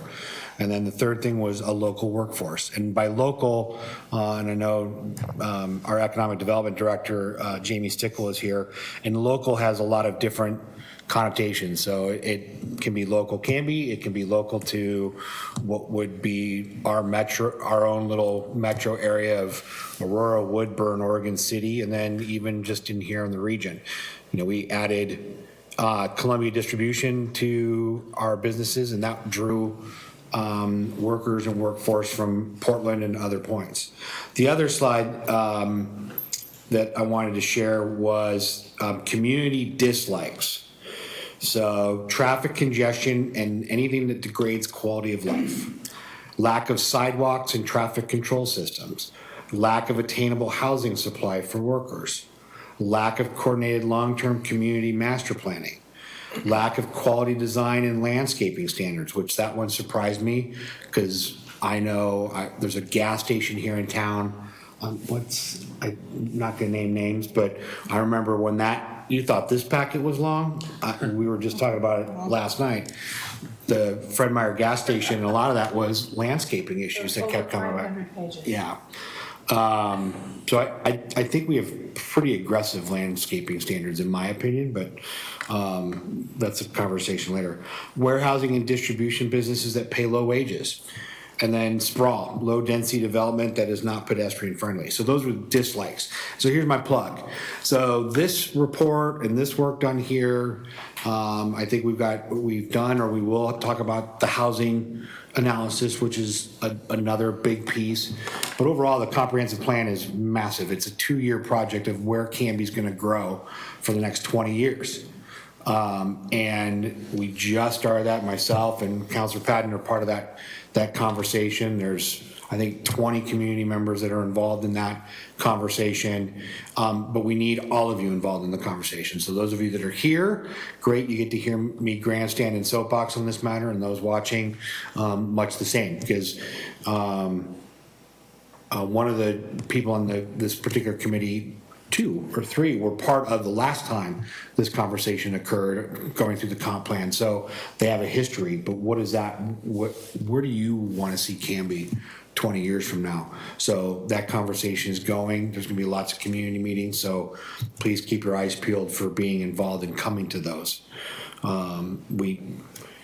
If we don't get the input from y'all, we're the ones that are making that decision. So I know where I'm at on some things, but I'd really love to know where the community is at on some of those things. So there's my diatribe on that piece. So,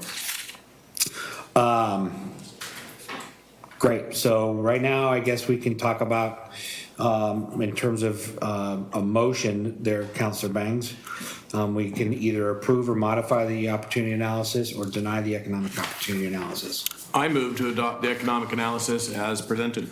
Second. Okay. The motion's been made to accept the economic opportunity analysis as presented, seconded by Councilor Varwig. Any discussion? There's actually a ordinance thing on page 97, wording for it with all the fancy numbers and all that. We weren't there yet. Okay. So can we just jump right to that, Scott and David, at this point? We can move to ordinances. I mean, it's the first ordinance or it's one of the. Text amendment. Is that the same one? It's 5A ordinances, or we would be jumping into. No, that's the text one. Or sorry. Oh, am I ahead of myself? No, you're not. We're just, This one doesn't, so this is just the option of accepting the analysis. this one doesn't have an ordinance attached to it. It's just simply as by motion that you would approve the plan. Yeah, we accept the plan, moving forward with the plan, and don't go anywhere else. I rescind what I said. Okay, thank you. So any discussion further about the analysis and the motion? Okay, all those in favor? Aye. Anyone opposed? All right, so we've adopted the economic opportunity analysis. Thank you, Don. Thank you, Don. Next on the agenda is That's the text amendment. text amendment application and hearing. This one is TA 23-01, a text amendment rectifying an erroneous deletion in chapter 16.10.010.b adopted under TA 22-01. So again, same thing as the last hearing. We'll give proponents and opponents 3 minutes when the time comes. And I believe Brianna's going to take us through this. Hello, Brianna. Long time no see. Good evening. Yes. Hello, Mayor Hodson, City Council. It's wonderful to see everybody. My name is Brianna Adada. I'm an associate planner with the City of Canby. And today we are looking at text amendment TA 23-01. This text amendment is limited in scope to a revision of a single standard found in Chapter 16.10 of the Development Code, off-street parking and loading. The adoption of Ordinance 1570 in June 2022 incorporated standards for food cart pods and mobile food vendors into the Development Code. One of these standards is that in the downtown commercial zone, the C1 zone, food cart pods are not required to provide off-street parking. An editing error was made and language from section 1610.10b of the Development Code was deleted, which affected parking standards for all uses in the C1 zone. Here is, well, 1 second, did I skip something? No. So here is the entirety of the text. Originally encompassed the white and the blue. The blue is what was accidentally deleted through the adoption of text amendment 22-01. And so here we are with text amendment 23-01, simply replacing the exact same language, which is what it was always intended to read. The text amendment has been duly noticed as required by state law. No public comment or agency comments have been submitted, and we did take this to Planning Commission in March, and they did recommend approval to you all. And so here I have the language for the proposed motion for you all if you do choose to approve this, but I'm happy to answer any questions, happy to discuss. And that's all. So really, Brianna, this is kind of a Housekeeping. cleanup piece. That, Yes, sir. Okay. Yes. Councilor Barwig and then Councilor Bangs. Yeah, I was just going to mention this one is under item number 5 in ordinances. So as we're discussing it, we probably want to wait to make any motion until we get to item number 5A. Okay. Councilor Banks. Is this a public hearing? It is. So we need to close the public hearing before we can proceed? Move on to the next, yes. Did I not close the last one? But right now, we're just at the question phase. We're in staff. I haven't opened up the, Oh, I have no questions. okay. Any other questions from this side? No. Okay. Then I will open the public hearing and have that conversation. So I don't have any proponents or opponents regarding this. So I will move through that aspect. Online? Nope. Okay. I will now close the public hearing if there's any other questions. Nope. Discussion. Why do people keep looking at me? So you have a lot I'm to trying to say. make sure I get both sides of the But dice. not on this one. Yes, Councilor Bangs. I propose a motion. I move to approve ordinance number 1597, an ordinance amending Canby's Title 16 of the Canby Municipal Code to restore the intended language of the CMC Section 16.10.10B, TA 23-01, to a second reading on May 3rd, 2023. Second.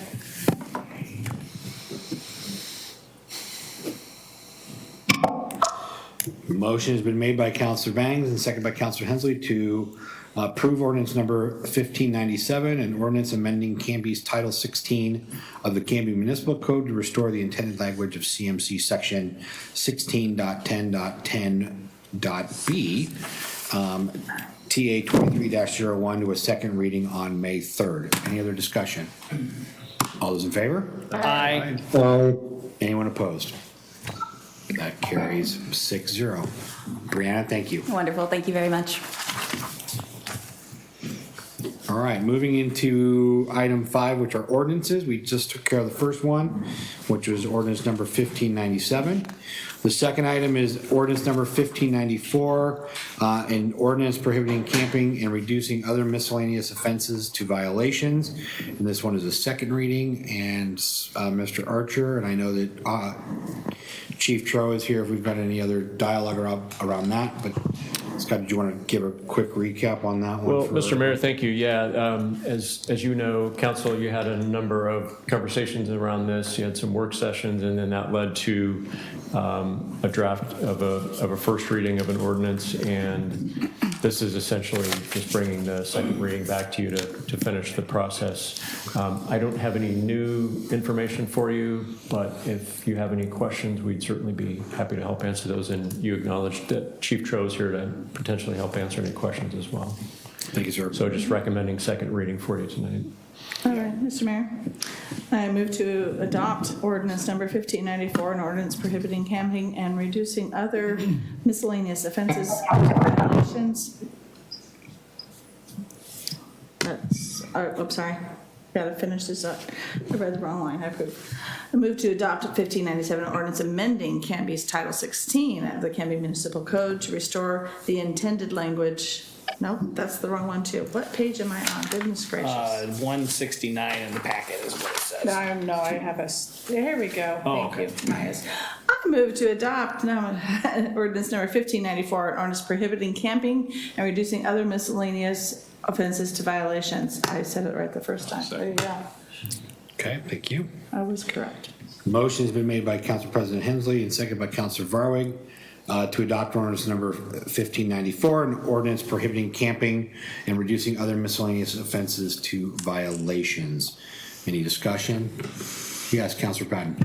I think as we continue to address the folks that are houseless here in our community, it would behoove us as a city council to ensure that we are putting ample pressure on the folks at the county to ensure that they actually have a plan for this. Based on what's recently happened up there. I think that, I want to see the county continue or figure out some plan to give us smaller cities some support on how to address this problem and not just sweep it under the rug. That's all I have. Thank you for that, because I agree. One of the things that a group of us mayors have done is we've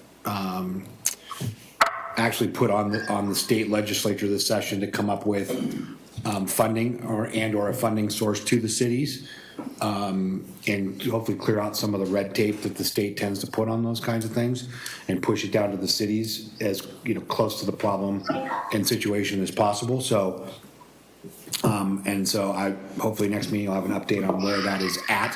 But that is something that we've Mr. Archer and I have been working through some of the surveys and questions that have been coming out about this particular topic, and organizations within our community like the Canby Center and the faith community to be a part of this dialogue as those things move forward.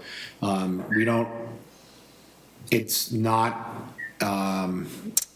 a problem like I would put like Oregon City's situation in, but if we ignore it and we don't get in front of it, it'll become a bigger issue than we want it to be. So yes, we are trying to be very proactive in that regards. Council President Hensley, then Mr. Bangs and Mr. Varg. Thank you, Mr. Mayor. I agree with Councilor Patton that we need to look at funding and resources and support for this issue. Also, I just wanted to say I will support the motion, but I just want to recognize that this is kind of our first swipe at this. And I know that a lot of jurisdictions in our area are dealing with with similar ordinances. And I just want to encourage my colleagues to keep eyes on this. If this isn't exactly working out, maybe we need to wordsmith it and reintroduce some different language in the future. This is kind of like, we're not really sure if this is exactly what we want until we have it in practice. And I see Chief nodding back there. So I just want to encourage my colleagues to, let's just keep eyes on this and make sure that this is actually working for our community, and we may need to revisit it and do some wordsmithing in the future, but I will support the motion tonight. Okay, thank you. Councilor Banks? Thank you, Mr. Mayor. I wanted to acknowledge that another thing that you mayors have done recently is join support for the commission in withdrawing a deal with a hotel there in Clackamas that was going to be supportive of homeless people. I think that moves the ball in the wrong direction. I think that lacks compassion. I was disappointed in that decision you guys made. I think that this particular ordinance also lacks compassion. I recognize that we need to do it. The state's requiring us to do so, but I think that this one was overly harsh, and I will oppose it a second time. Okay, thank you very much. Councilor Varwick? I have nothing. Oh, okay. I was trying to help you realize who still had their hands up. Thanks. Well, Got you back. let's move to vote then. Any other questions or comments? No, seeing none. All those in favor? Aye. Aye. Aye. Those opposed? Aye. Okay. Or nay. What is that? Nay. Nay? You Nay's would be fine. nay. So Mr. that- Mayor, what about a roll call? Sorry, that is a It second is a reading. second reading, sorry. Oh, I missed it too. You're fine. Okay. Counselor Patton? Aye. Counselor Maldonado? Mayor?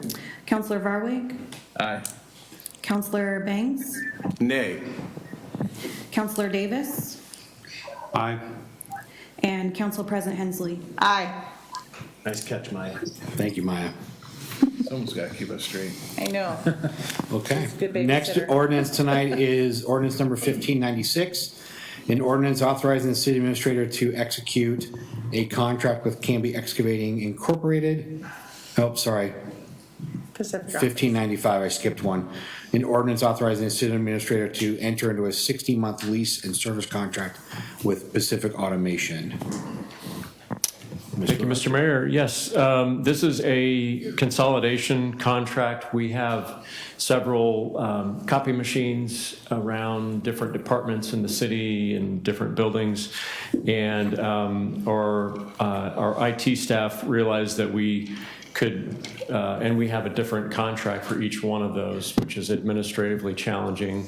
We realized that we could consolidate those under one agreement, so we only have to administer one contract, but it also saves us money by consolidating. It saves us $200 a month from our current amount if we added up the total for each of these. So kudos to our team for recognizing that, bringing that forward, and negotiating this new agreement. So because of the amount of the total life of the contract for 5 years, it's over the amount that it would require a council ordinance. So happy to answer any questions.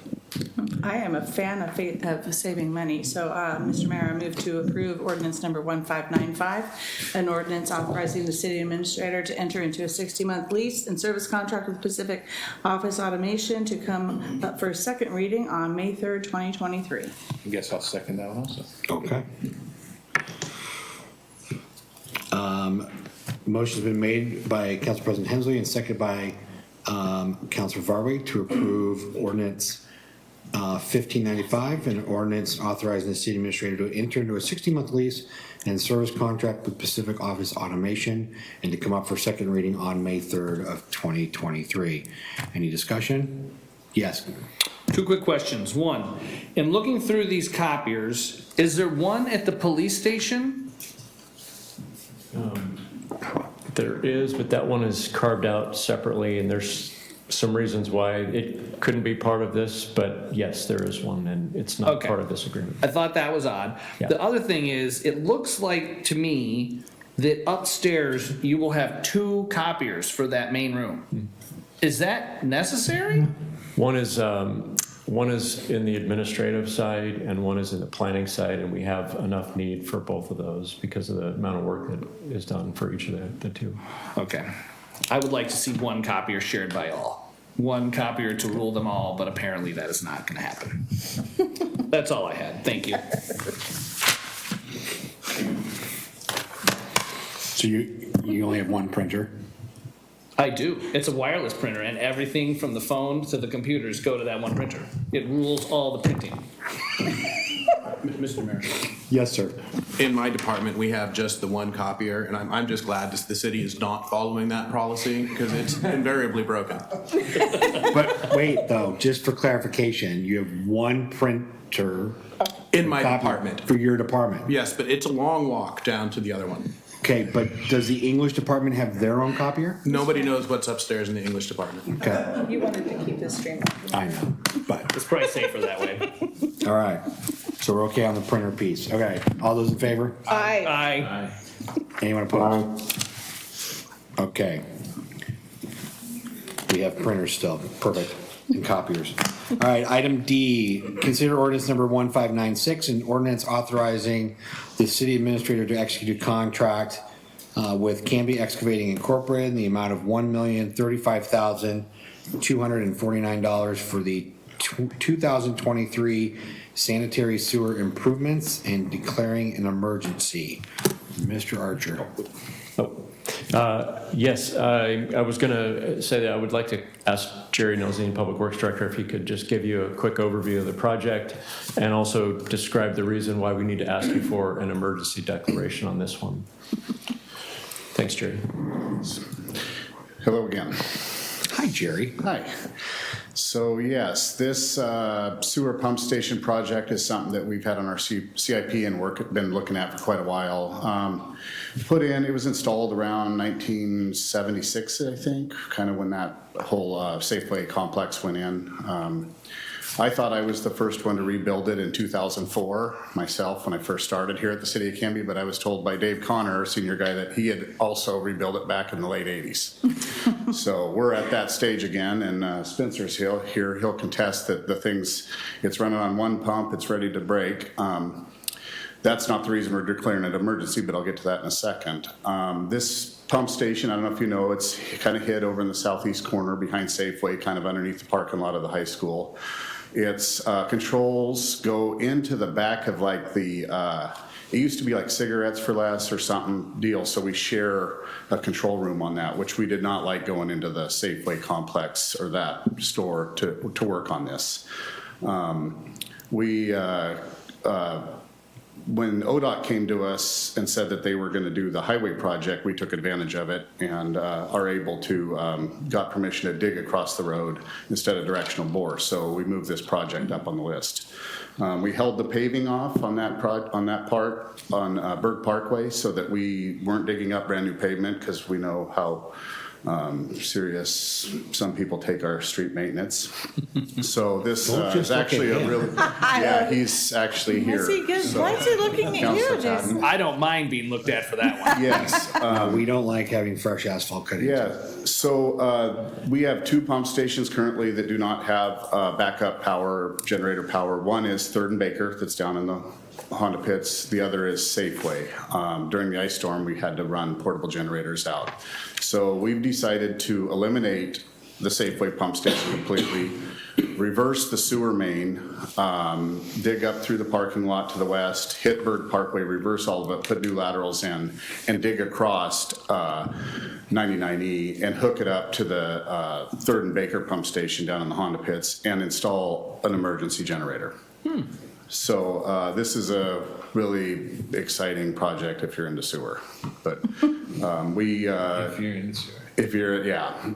This project, if you look at the budget, it'll look like we're a little bit over budget on it because we included it. It was named 3rd and Baker or Safeway pump station removal project, and we had another line item with 3rd and Baker generator install. So we combined that, and it ended up coming in like $35,000 over budget from what we estimated. The reason we declared it an emergency is mainly for ODOT, but the other reason is because we're running on one pump. So there could be a spill. That one there, when the pump fails, it overflows at Berg Parkway at 99 and flows towards the river.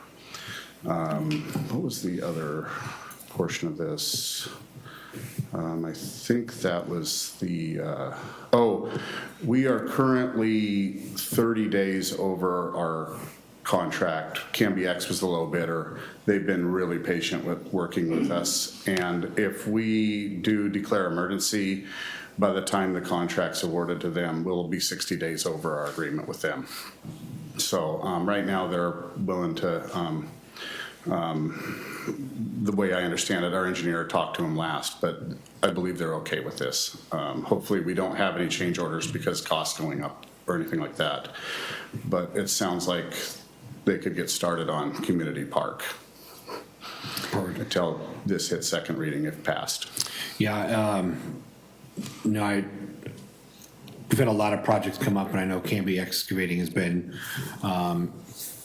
bid on almost everything every year, and this might be like the second or third time, I think, in my 12 years that, we are able to use them. I'm glad we're able to use them, and I do very much appreciate their patience with us over the last 4 weeks to get things sorted out and whatnot, and they're a great company, and really do appreciate that they get the work, so they're great. So, did you have a question? Actually, I was prepared to make a motion. I move to approve. Hold on. Okay. Well, we can. I was gonna make the Discussion. motion. If she wants to take it, have at it. Ordinance number 1596, authorizing the city administrator to execute a contract with Canby Excavating Incorporated in the amount of $1,035,249 for the 2023 sewer improvement project and declaring an emergency to a second reading on May 3rd, 2023. And after the second, I do have an item for discussion. Second. Okay. Motion has been made by Council President Hensley and seconded by Councilor Patton to approve ordinance number 1596, authorizing the city administrator to execute a contract with Canby Excavating Incorporated in the amount of $1,035,249 for the 2023 sewer improvements project and declaring an emergency to a second reading on May 3rd of 2023. Council President Hensley, you said you have a comment. I do. In light of the fact that this contract has been on our agenda for many, many weeks and canceled meetings, et cetera, I'm wondering, maybe question to Jerry, do we need to schedule a meeting for next week for the second reading, or is May 3rd sufficient? Let me, is that something you would do? We need to know kind of now, I think. If we could do that, if that would be at all possible, CambyX would appreciate that. I would then propose to my colleagues that we do schedule, even if it's a one-item agenda for next week, so we can do this second reading, because this is something, as he said, it's going to be 60 days past due. I think we should honor our duty as being civic servants and get this done sooner rather than later. So I would propose that we schedule a meeting for next Wednesday night, even if it's just a one-item agenda, and get the second reading done on this. Can we slip that in under new business? Absolutely. Okay. I would prefer we did that. Okay. Councilor Hensley, could I comment on that? What CambyX, when we talk to them, is what their concern is all their subs, material costs, all that stuff are a potential of going up. This could really potentially save the city money if you could do this. Okay, and I'm fine with moving it to new business section. I just wanted to throw that out there for a point of discussion on this matter. So I'm fine with approving this, but I would like to reschedule the second reading. Okay. Any other comment? Yes. Just a question. Does that pass muster, Scott? Is that too quick of a turnaround for us, or? Well, I would need to ask our attorney, but he hasn't probably had a lot of time to get up to speed on exactly how our ordinances work, but. Or your microphone. Yeah.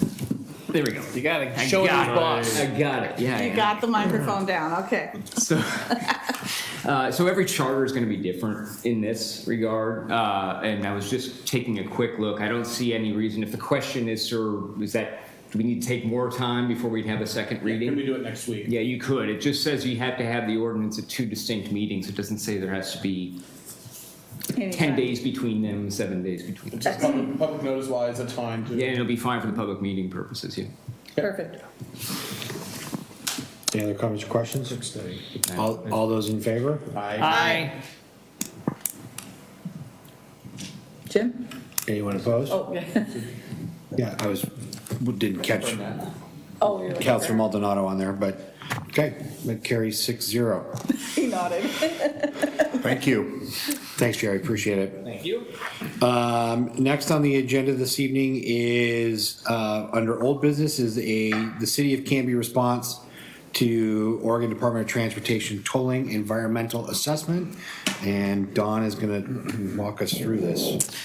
Good evening again. I'm going to try to keep this rather short again, given the agenda tonight. I don't think tolling is a new topic that you are not familiar with. Kind of the gist of this is just on a macro level, there is quite an extensive document. A federal environmental assessment has been prepared by Oregon Department of Transportation.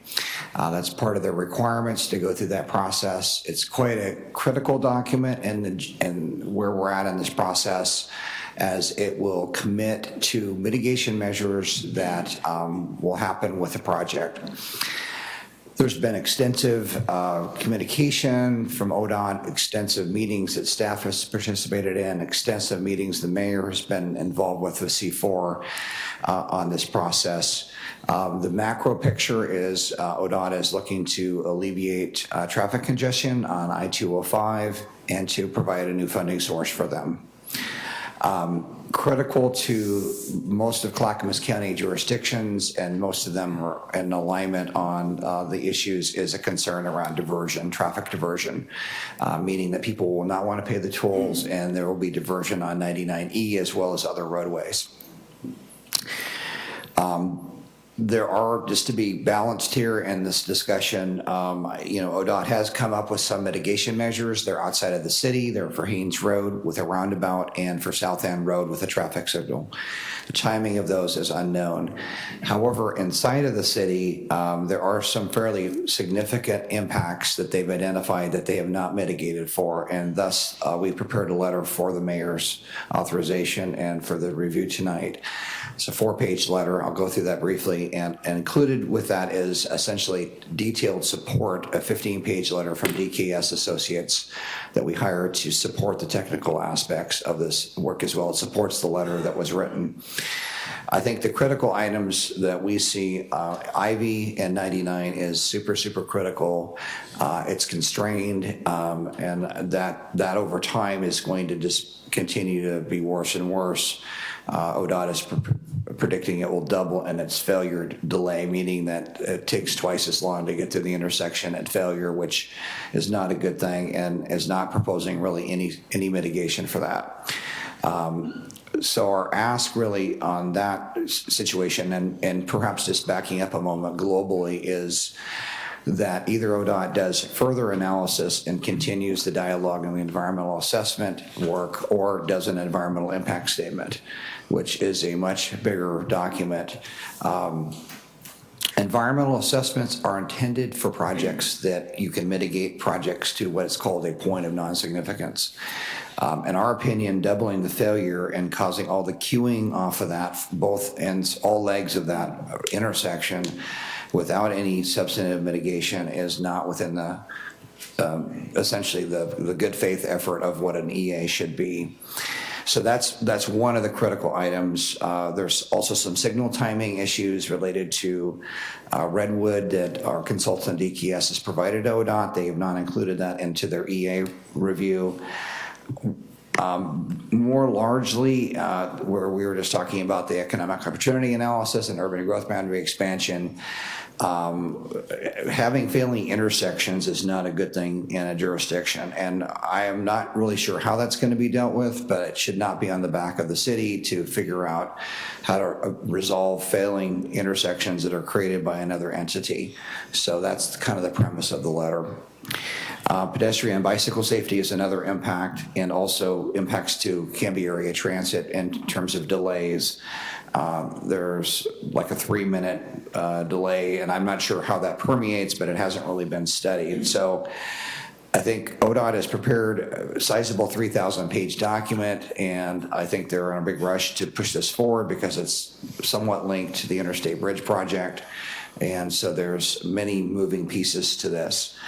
I'd say collectively, the Clackamas County kind of delegation, for lack of a better word, of the cities is all really in unison on the fact that more study needs to happen. And the ask from the county that wrote a 40-page letter of opposition or concern is that an environmental impact statement should be prepared for this project.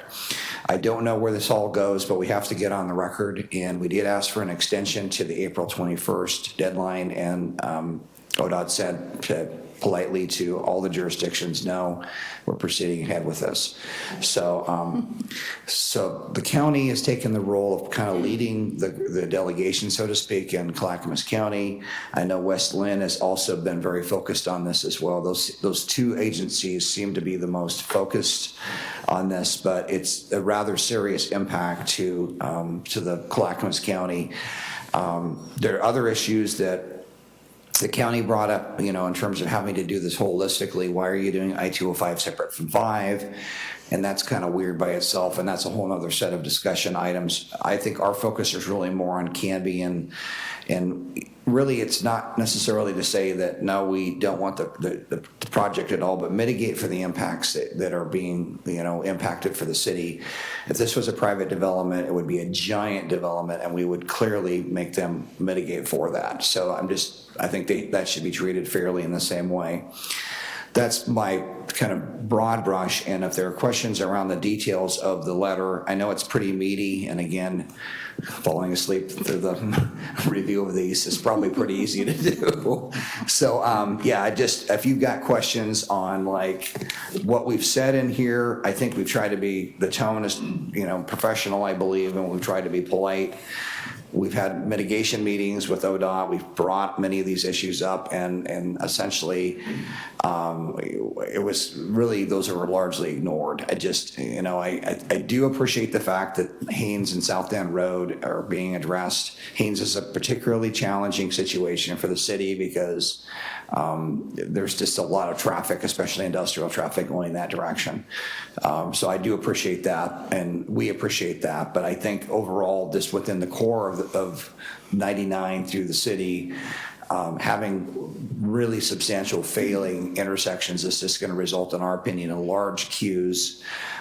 There's an element of safety in this as well, which is another problem beyond the other things that, it's a gamut of things. But the reality is it just feels like in some ways they really should be taking a deeper dive. And so I'll stop with that. No, Don, thank you for you and your team being on this with me. It's been a 2-year, maybe 2+ year process of these meetings and whatnot, and I don't think this ODOT is hearing.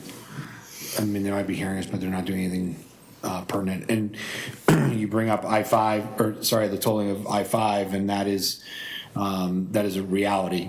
They shrunk the window down, and I-5 is going to be tolled here within the year after 205 is done. And so we know what happens when there's an accident on Boone's Bridge, and how people coming from Salem will route 99 all the way through Canby and whatnot. And we know what kind of a jam up that creates when there's something like that. So throw this in here, and that's that impact almost every day. Thank you. I appreciate the letter, and it is meaty, and I did not fall asleep reading this because I happen to be very hot and bothered over this one. So, yes, Councilor Hensley. Well, I could make a motion, but before I would do that, I want to say I did attend a town hall kind of Q&A session with ODOT at Charbonneau on Friday. Myself and 2 of the Traffic Safety Commission folks. I did propose the question. It was a very interesting they did a little just presentation, and then they said, do I have any questions? And then everybody got in line and ran for fast manner. But I was able to ask, because the diversion conversation has happened several times over, but every time I hear it, I hear them talking about Oregon City and West Lynn. And they never mentioned Canby. So I brought that to their attention. I said, look, you can literally get on 99E in Milwaukee and go all the way to Aurora and totally miss the tolls, but you're gonna screw up all the congestion is gonna happen in Canby and Aurora, and I don't hear Canby in the conversations. And so they did say that there was studying between Lake Oswego and Aurora, and I don't know exactly what that looks like yet, but I did talk to a few folks, and I haven't even had a chance to talk to the mayor yet, but I do have contact information, because this is something that we've been working on. I serve on the Governmental Affairs Committee at the Chamber, and they're interested in this as well. So I'm hoping, they said that day that they would not say no. So I'm hoping to get ODOT here in Canby and talk to us directly and address those diversion questions and answer all of our concerns at some kind of a venue. And I'm going to be working with Audrey and the mayor. I just haven't had a chance to talk to him yet. Sorry. But we had other things to talk about today.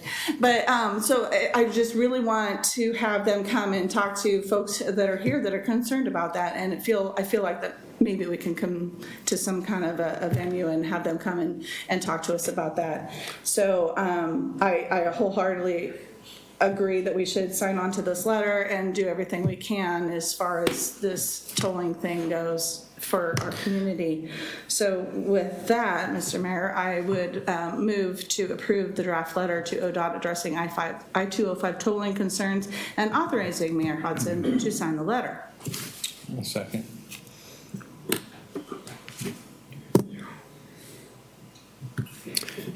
So the motion's been made by Council President Hensley and seconded by Councilor Varway to approve the Canby response to the ODOT tolling environment assessment and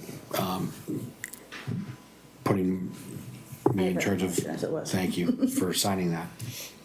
Other discussion pieces. Yes, Councilor Banks. Thank you, Don, for bringing this up to us. I'm going to vote yes on this. I also would have supported the letter, Mr. Mayor, that you sent on March 31st, but the council wasn't able to vote on it. I just want to point out that the only way you could legally have done that, or the only way you could have done that, is by violating contract or the charter, because the mayor is not authorized to send letters without the city council's permission, and we did not vote on that. I would have supported that too, but that either constituted an illegal meeting or an abuse of power. I just wanted that acknowledged. I will vote yes on this one.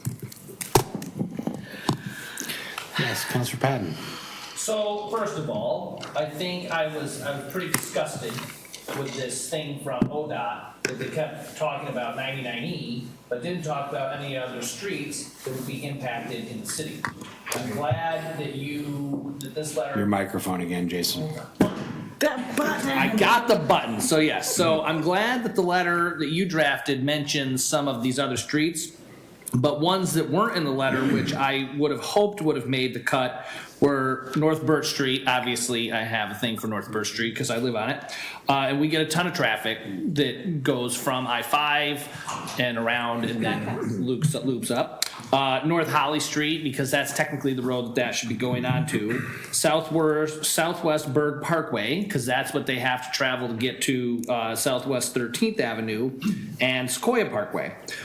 So I don't know if it's possible to look at those streets and include them. The more streets, the merrier, to try and drive home this point with them. And then I was thinking in the shower this morning about this whole letter, and I came to an interesting proposal. Would it be possible to put in the letter that if ODOT does not want to give us funding to fix their mitigation, that they will allow us to put up toll gantries on 99E before and after the city, and give us the ability to give residents a sticker to not pay the toll, but anybody else driving through would have to pay the toll, and then we'll take care of our own destiny as far as dealing with these streets. Okay. I'd second that one. Mr. Attorney. I think this is a, Or do I need to write a separate letter and run it by everybody? state representative level conversation at that level, respectfully. That's all I think. I do agree. That is something that I jokingly, but have seriously brought up with ODOT people about, well, great, can we toll our own roads as well? The other piece on this letter, Don, I think if we could include on the CC our state senator Bonham on this as well. Again, Our state senator. okay. And his, Daniel Bonham. Dan, okay, thank you. Thank you. Yes. I just wanted to support the streets that Councilman Patton brought up. I think that those definitely need to be included in the letter because we're seeing a significant increase of incidents, traffic accidents and stuff, just with the amount of traffic on Territorial already. So just to repeat those, Birch, Holly, Bird Parkway, Sequoia. And Sequoia, yes. and that's actually, Redwood and Sequoia are already really part of that as well. I mean. Oh, they were? Yeah, Okay. yeah. Don, is Territorial in there? It is. We've got Territoria, we've got Knightsbridge, we've got, I mean, it's, Canby Markham Highway, South Arndt Road, South Barlow, Haynes, and yes, Redwood, North, East Territorial, and Southwest 13th Avenue. I was gonna say 13th would be one I would Yeah, add to. Southwest 13th is already in there. okay. So I'll make those additions. Can we use your electronic signature, Mayor, on this since there's timely, and I know this hasn't been fully vetted, but just, we got to get this in by 4 PM on Friday or we're not going to be on the record. Yeah. Okay. One last thing, if you're CCing more people, you might want to add Mr. Heeb to this as well? He's already on there. Oh, he is? How did I miss this? No, I just add Daniel Bonham and. Yeah, it says Oregon State Representative. Oh, is it the James Heap. bottom? I'm looking for it before it came down. Or not? I don't know. Oh, yeah, right there. Yeah, I don't know going up to the federal level. Congresswoman? I don't know.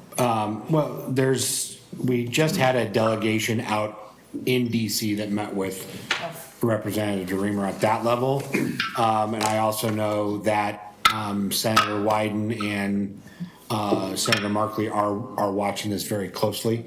Because part of this also has to go to the federal highway, Yeah, ODOT can say that. federal right? all All of this has to be approved by the feds before it happens. Right. So, yeah. So that piece of it is occurring. So, there's, again, we sit at the bottom of the food chain, but we do have the county and our state representatives pounding that.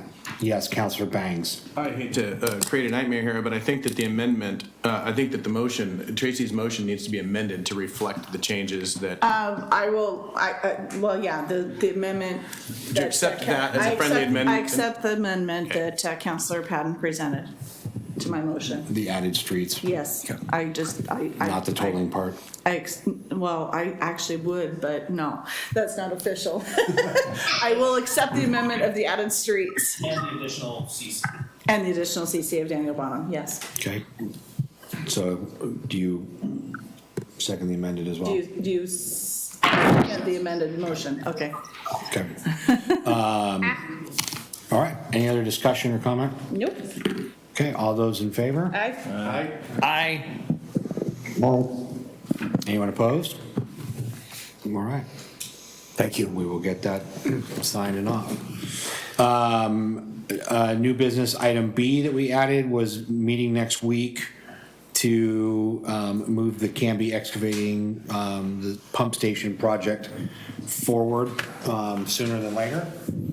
Yes, Councilor Varga? I will just make a comment that the only days I'm available next week for any meeting is Monday or Tuesday. I'll be out of town for my anniversary from Wednesday on, and I will not attend any meeting after Happy that. anniversary. I think I'm available Tuesday. I mean, even if we Zoomed it, it's a one-item meeting. I just want to get this done for them. Let me look at my calendar briefly. I can also do a Tuesday Zoom. Oh, we're looking at Tuesday? But you're not available Wednesday, Councilor? Are you available Wednesday on Zoom? No, I even? apologize. Negative. My wife has You're put out up with too, me for right? 15 years, so I will not take any of her Oh, anniversary and trip he's away not from available her. Wednesday either. Are we all good for Tuesday, the 25th, for just a Zoom even? Yeah. I'm good with Tuesday. I can do Tuesday. And Tuesday, Zoom or in person.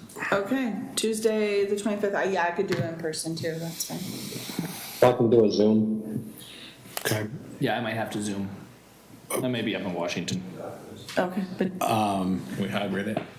Yeah, can we we? get hybrid on Tuesday, Maya? Council sewage meeting. Tuesday's the 25th, 7 PM? Can we do it sooner? Can everybody do it sooner than 7? Yeah. Yeah? How soon can you go? I can go. By 5 or 6. 6 would be good. Councilor Maldonado, how early can you go The on earliest I'd be able to do it would be 6. 6? I can do 6. How early do people get up in the morning? Oh, you want to do it in the morning? I have Why a not? children, sorry. I'm at work. 5 a.m.? I'm at work before 8. 6 p.m. If you call me at Okay, 5 can we put a.m., you I'm off the taking your island? motorcycle. Okay. 6 p.m. on Tuesday, the 25th. 25th. Do we need to make an official motion on that or just consensus? I would make one. Yeah. Okay, well, Mr. Mayor, I move that we set a meeting for 6 PM, April 25th, with one agenda item being the second reading on ordinance number 1596. Second. Okay. Any other discussion? All those in favor? Aye. Aye. Anyone opposed to meeting real quick on the 25th? No? All right. We will have a 6 o'clock meeting via Zoom. It'll be done at 6:10. Okay. Thank you, Mr. Mayor, I appreciate that consideration. Absolutely. Mayor's business, I'll be quick. I appreciate. It's not the only new business. Yeah, we still have more stuff. I'm just kidding. I'm just kidding. New business item, should have been A, would have been discussion regarding upcoming city administrator position vacancy and succession process. Those that may be tuning in, our city administrator, Mr. Archer, has been provided an opportunity that is very much in his wheelhouse, and we're very sad to see him take that position, but excited at the same time for him. So that puts us in the boat of going out and beginning the recruitment process for a new city manager. And so bringing it here to get us going on that process. We are not new to this process. I think everyone up here, well, It's number 4 for me and you. I don't think Councilor Davis has been through this on our end, but I think in his other world, he's been through it. So what my conversation with Scott already has just been, like I said, we've Melissa, our HR director, has helped with the previous process, but again, it's council's wishes on how she can pull that folder out, dust it off, and whatnot. And what that entailed was getting in a recruiting firm, so request for quotes on that, selecting the recruitment firm, basically a headhunter group, to then go out, take us through the process of recruiting a new city manager. Did I leave anything out, Scott, in terms of? No, that's great. We actually just reviewed that again today with Melissa. She found the entire file from the last time this was done, and so we've got I think a good template to refer back to, and it should be pretty easy to get that process started. Yeah, doing some soliciting bids, and then bringing that to council for your attention. Correct. Any other? So questions, thoughts, Councilor? Well, yeah, as you and I have been through this process, this will be our 4th administrative recruitment in our tenure. I know how long it takes to get this done. And I think that being that we are on the cusp of the budget season, we need to have somebody right quick and appoint an interim that could walk alongside Scott, get up to speed on the budget process and where we're at, and then go out for the recruitment process. And if that interim were to wish to apply, so be it, but we need somebody kind of the PIC right now. And I personally believe that there's somebody on staff that we can put in that position, but I would be open to listening to other colleagues' ideas. But I absolutely agree, we need to get on the recruitment process, but we know that takes a long time to get that done. Sometimes it takes 2 rounds. So we need somebody in charge in the interim. And I think we should appoint from within for the interim.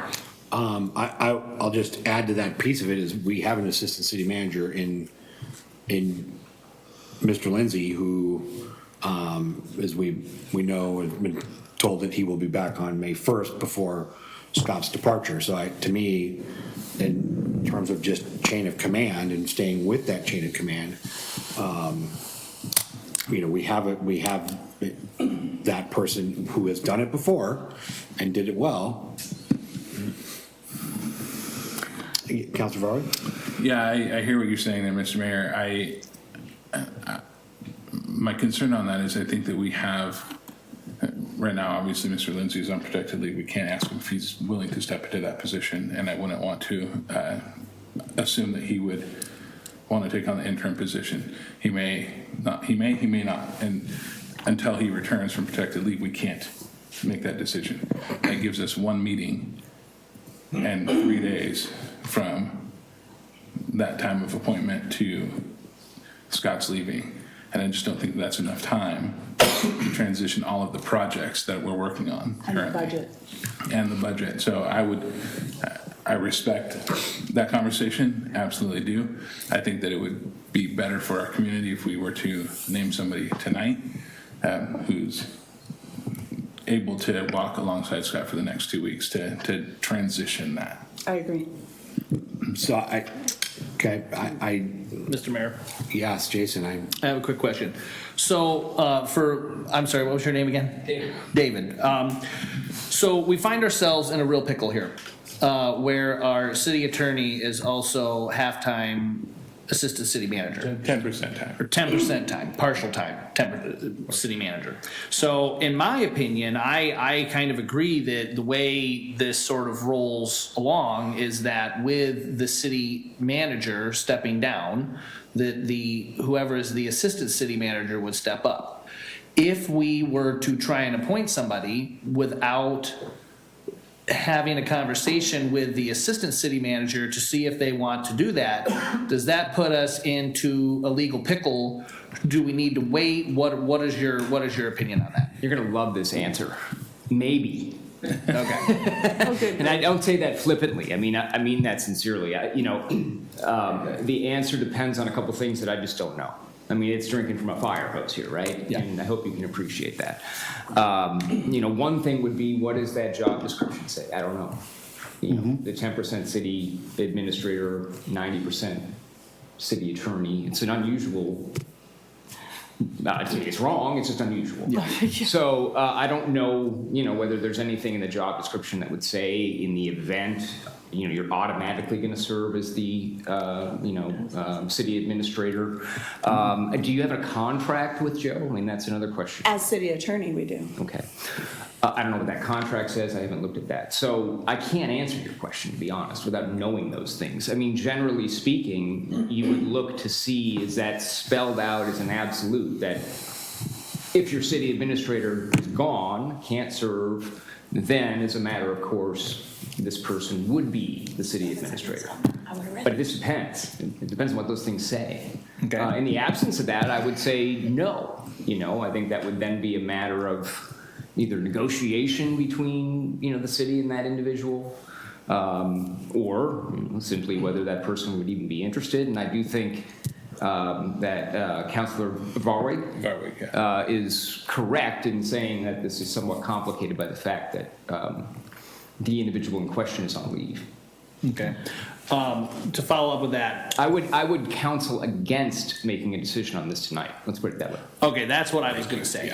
I think with the situation that we find ourselves in, it might be wise to err on the side of caution and wait until Mr. Lindsay comes back, have that conversation with him, and if he chooses not to step into that role, then go ahead and appoint an interim.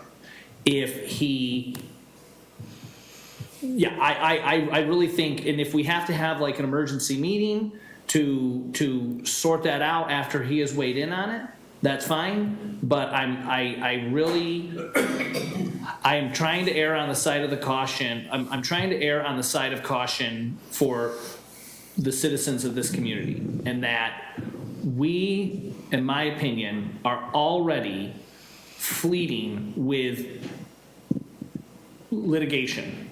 And I do not want to waste taxpayer money on a lawsuit because this group decided that they wanted to jump the gun on something. So that's my opinion on it. I am for finding back to the main discussion. I am totally fine with rebooting that process as far as getting a company in to do the recruitment and go through that whole process. That's my 2 cents on this whole process. Okay. Council President Hensley. Thank you, Mr. Mayor, and I also see Council Maldonado waiting over there, so I will be brief.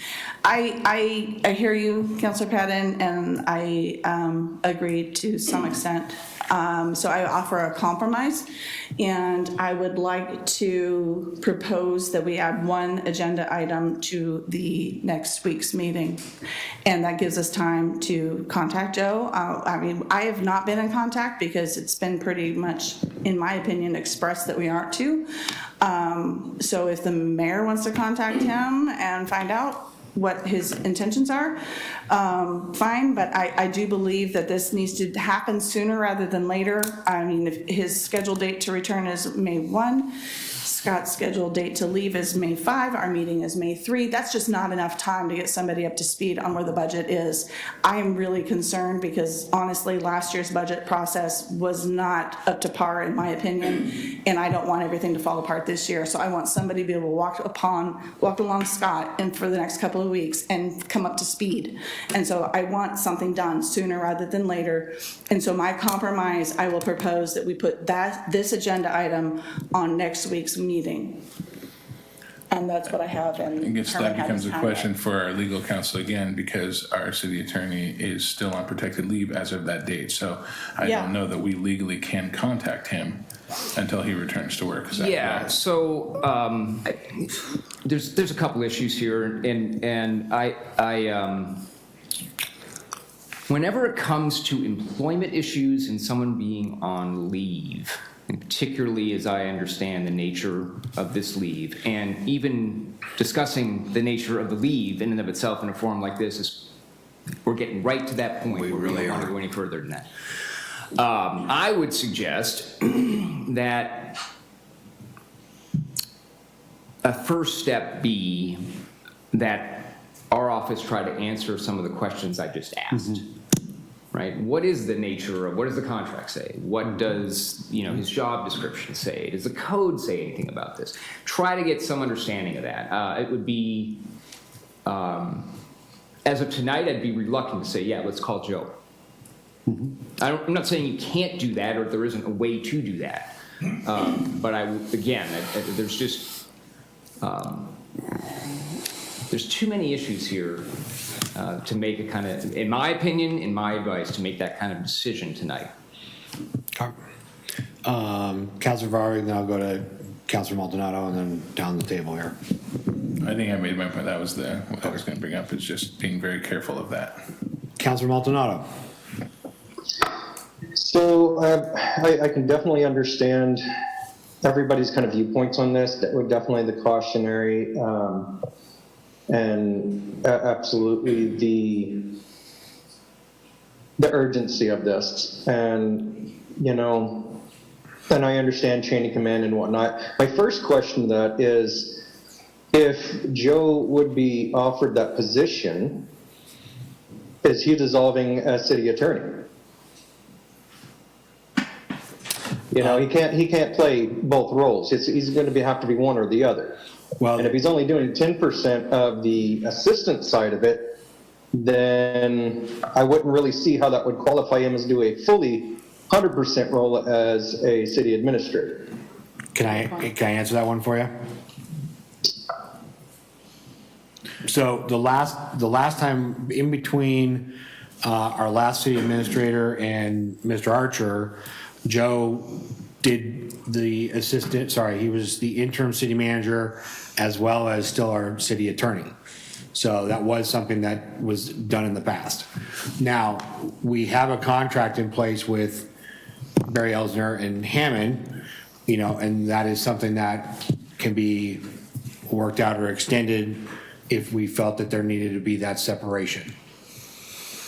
Again, we didn't have that the last time, but I totally hear where that's at. What was the other piece that you had, Councilor Maldonado? He is frozen, so I don't know if he actually heard any of that. He's frozen. Oh, okay. Let me see if I can get. Counselor Bangs? Thank you. It strikes me that it would be inappropriate for us to even continue these conversations until May 1st, when Joe comes back. He would be my first choice as our assistant city manager and former interim city manager. I would be comfortable with with many of our directors stepping in an interim role too, including Jamie or Jerry or Melissa. I don't know if any of them are interested in doing it. That's the other piece too. I think that we should move forward tonight directing Scott to start the process of hiring a permanent city manager and revisit the issue of the interim city manager on the May 3rd meeting. We'll have both of them here. And in the meantime, ask if any of our directors would be interested in fulfilling that position. It would make it a lot easier for us to operate, not in a vacuum of ignorance, but we don't know if they're interested in doing that. Thank you, yeah. And I don't know if we need to make a motion. I don't know if you guys are even prepared to do that, to direct Scott to start finding his replacement. We have more discussion. I apologize about that. Kicked me out. Go ahead. I told him he froze. Did you hear my answer to your first question? No, sir, I did not. As soon as you started speaking, it froze out. Okay, so the answer to your first question was that Mr.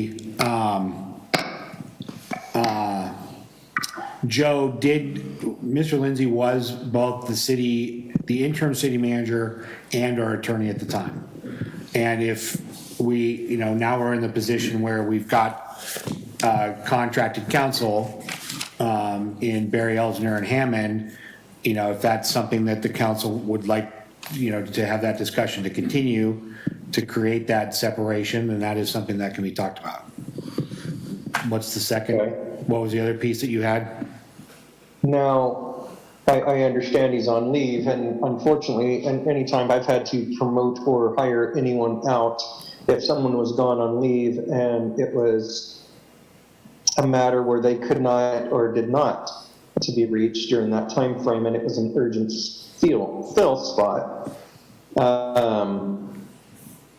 unfortunately, business is I have to move forward and I have to fill that position if it is an urgent position. However, I very much agree with Councilor Hensley. We should put this on the next meeting. Okay, Councilor Davis, and then I'll come back to you, Councilor. Thank you, Mayor. I would like our legal to review those questions for us, and also to look at the city charter as to whether or not you can serve in two public official roles. One is an assistant city manager and a city attorney. I think you're going to find in the charter that that's not, you can't do that, okay? That you can't be two. And so that's number one, is if you could look at that as well.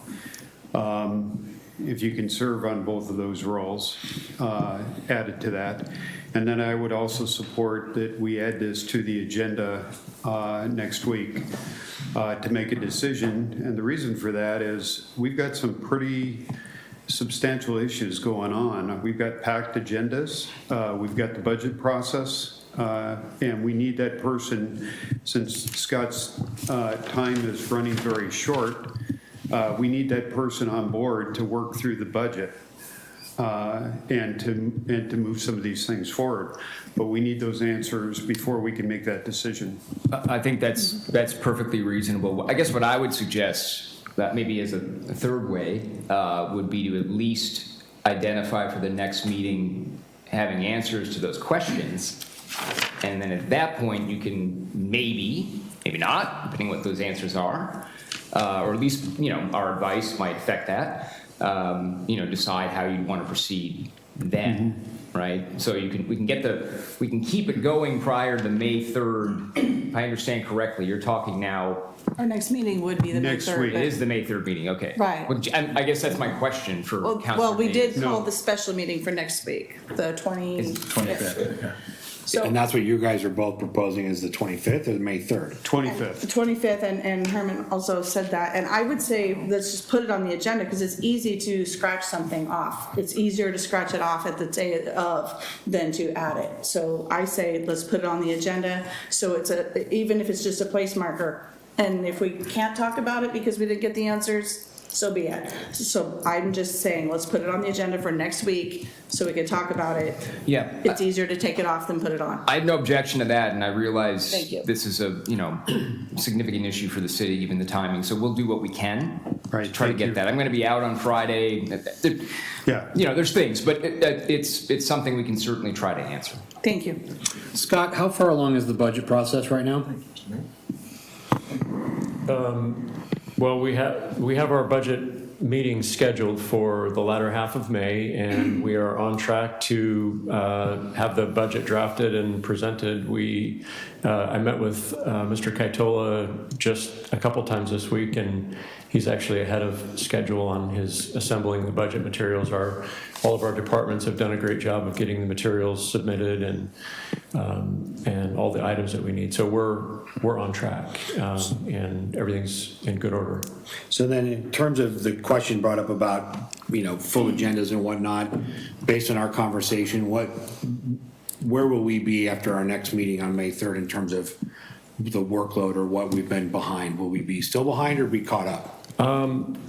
Between tonight's meeting and the probably another fairly full agenda on May 3rd to kind of catch up to these items that we've been holding, I think we'll be mostly caught up. There's been some discussion about scheduling another urban renewal meeting. I think we can do that at the next meeting. One of the other big issues out there is the discussion about the ARPA money that we postponed, and I think look to slot that in as soon as possible at a work session so we can answer some of those questions. But I would say that for the most part, by the May 3rd meeting, on the kind of the regular business stuff that we've been working on, it'll be back to caught up. Is that what you were asking? That's what I was asking. Okay. Thank you. Yes, Councilor Farley. So the other thing that I would love an answer on, maybe, David, by our meeting next week is, I believe that our charter states that we have 3 positions that serve at the pleasure of the council.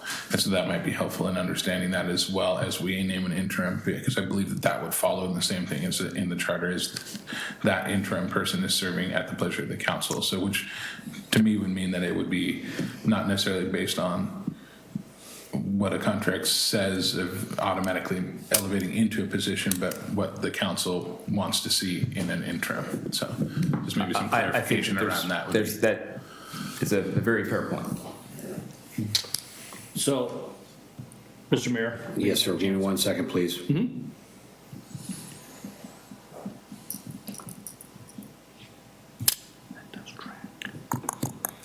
Yes, Councilor Patton. So as we've been chatting about this, I had a bit of an epiphany. So there was a conversation about if our city attorney is also the city manager, how could they do both jobs? The question then would be if that cannot happen, then if you elevate a director to that position, then can they also be the director of their department? And do we need to then roll everybody up in every department, in that department, everybody would have to roll up. So that's something else that we need to consider. Yeah, if you don't mind. Sure. So, this is another thing. This is why local government law can be endlessly fascinating and endlessly frustrating, okay?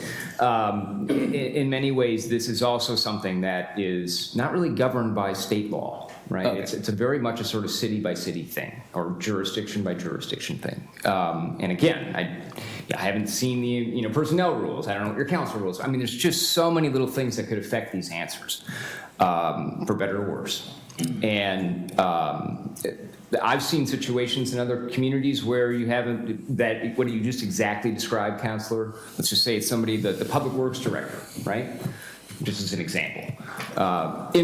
Serves as interim city manager or city administrator, interim CEO, if you will, until a permanent is found, but retains his or her title and role as a public works director.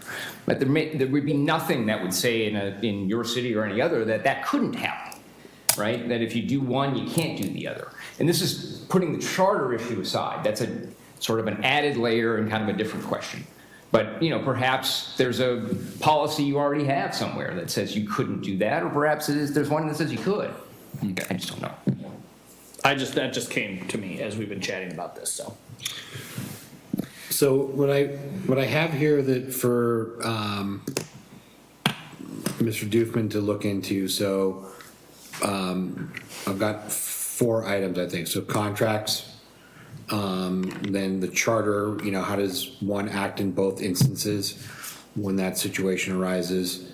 I guess that would be the third one here, who would be interested in the interim role? That would be more of a, I guess, conversation of directors, I guess, voicing their interest in that piece, if that were something to come up. And then I think clarification on reports on like how do those entities report to the council? Am I missing anything that we wanted Mr. Doofman to look into? Can you say that last piece again, maybe? Yeah, so just clarification on reports to the council. So that may be both, how does one act in both pieces? And then, do we need to separate out if our attorney is going to be the assistant city or the city manager or interim city manager, does he play both roles? That isn't necessarily unique to the city attorney, city manager issue. That could be any other potential, let's just say, department head that you might appoint to be interim. That issue would still be there. I think what you're saying is that could that happen? Yeah. Like my example, if it were, and I don't mean to suggest it's public works for anybody else, but just, have a department head that would serve as interim and retain their authority over that department. Is there any problem with that? That's your sort of. That's my question. Have I left anything off that list for Mr. Doofman to look into? I think just the clarification I had asked about the reporting to council, versus.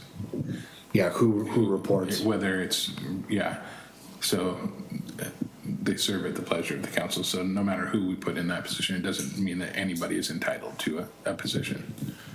Right. Yeah, I think that's what he was just saying. Yeah, so a quick gut answer on that is that, an interim anything isn't the thing, right?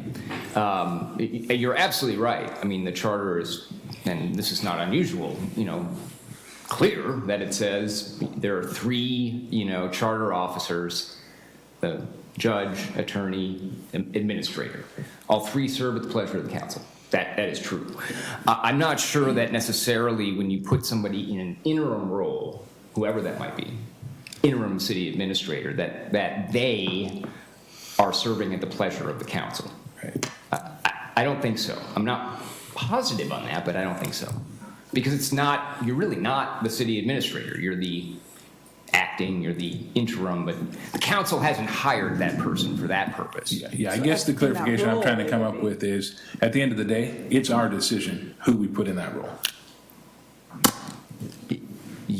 Unless the decision's possibly been made somehow through either a contract or a rule. But yes, it ultimately gets back to you. Yeah. Councilor Davis. Question was answered. Okay. Mr. Mayor? So, yes. I do recognize that creating the meeting for next week required a motion.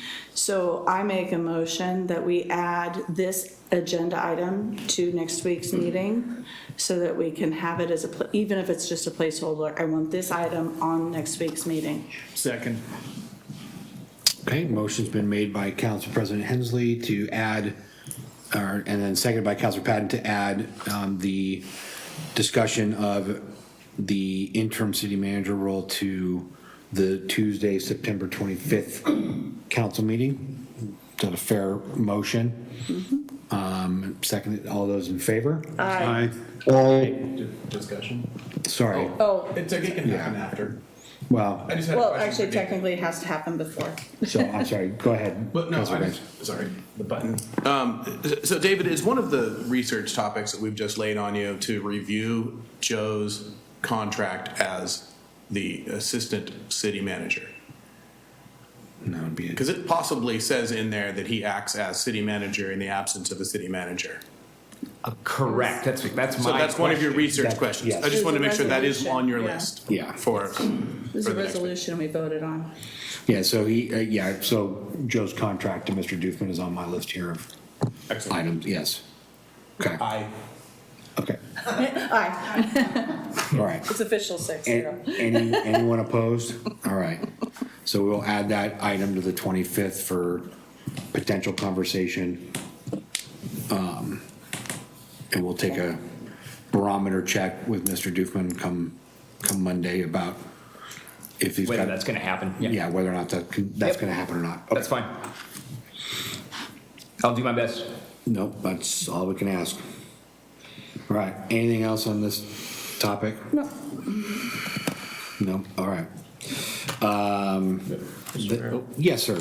May I just ask one follow-up question on Yes. that? I wanted to be clear, so is council asking me to work with our HR director to get the permanent process started? I Oh, mean, the original point of this Just conversation. wanted to make, I think that's what you asked me to do, but I want to be clear, I believe through head nods of consensus that it was yes. Yes. Yeah, and there will 100%. be lots of follow-up discussion about that, but it would just be in initiating the process and Yes. probably starting with, some, Getting a seeking some bids and things headhunter like that. type Yeah, thing. Yes, yes. getting that process, okay. Yep. Perfect. Just want to make sure I was clear. Thanks. You got it. All right, now going to mayor's business, I've got two quick items, the rest can hold off. The tolling piece, as we talked about this evening, very much has been going on for a very long time, last 2 years. And there's been a number of engagement pieces regarding that. And so one of the more recent twists in this whole conversation is that, so it was codified in the state's charter that anything, so gas tax, vehicle registration fee, and if the state ever instituted like a miles traveled tax, that would be a 50-30-20 split. So 50% of that revenue would go to the state, 30% to the county, 20% to the cities. Tolling and congestion pricing, because again, those are separate. Tolling and congestion pricing are two different numbers that they are talking about regarding the tolling aspect. There's the base tolling that they will charge, and then congestion pricing will be, if you want to travel at the prime time of 7 to 9, you will pay through the nose to make that happen. So there is nothing in the charter that says that they have to split that in any way, shape, or form.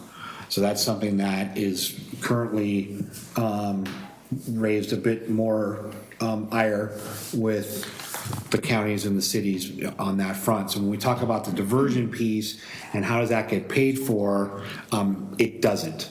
It's already been determined that there's not going to be enough collected by just taxing I-205 to do the mitigation pieces or diversion aspects.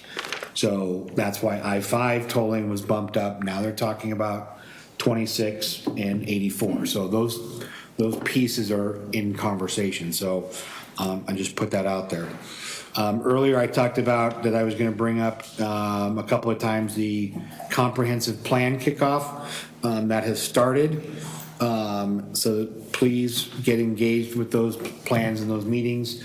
We'll see these pieces come to us as it moves along, but I do ask that if you can attend those meetings as a participant, or sorry, as an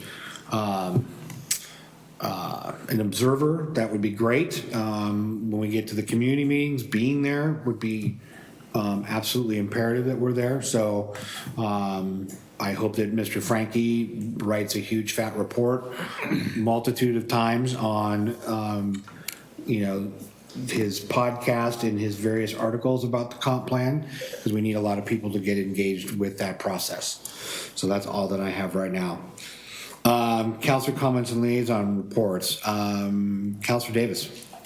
Thank you, Mayor. Turn this on.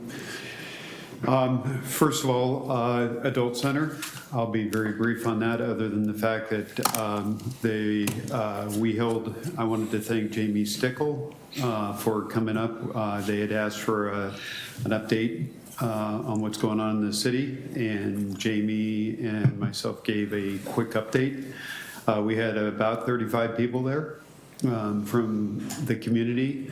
What I learned from that is I'm probably going to hold some more of those town hall meetings, because it was very, very positive from the people saying that that's the best information that they've received, in regards to the current status of what's going on in parks and libraries, everything. So we gave an update to those citizens, and it went very well, but I would like to thank Jamie, who did a majority of the presentations. So I'm going to look at, and I encourage other counselors to maybe join me on some of those town hall meetings, because the people really appreciate updates on what's happening in the city. Of course, we have to be careful about how we go about doing that, but they're very excited about the remodel, the long-term extension on the property, as far as moving that project forward. Park Advisory. I can't say enough about our Park Advisory Committee. The public meeting was held here in regards to the Maple Street Park. The consultant did a very good job on that.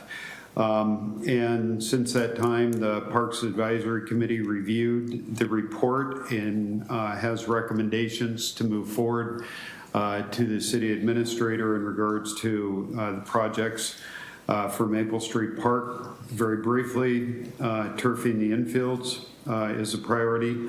The lighting was supported, putting in lighting onto the ball fields.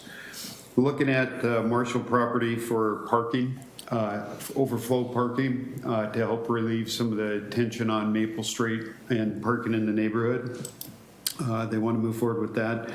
The new playground equipment, budgeting for that in the future, as well as a lot of input from the public on that walking trail that goes around. Updating that walking trail needs resurfacing and stuff, but also putting some security lights along that walking trail on Maple Street Park.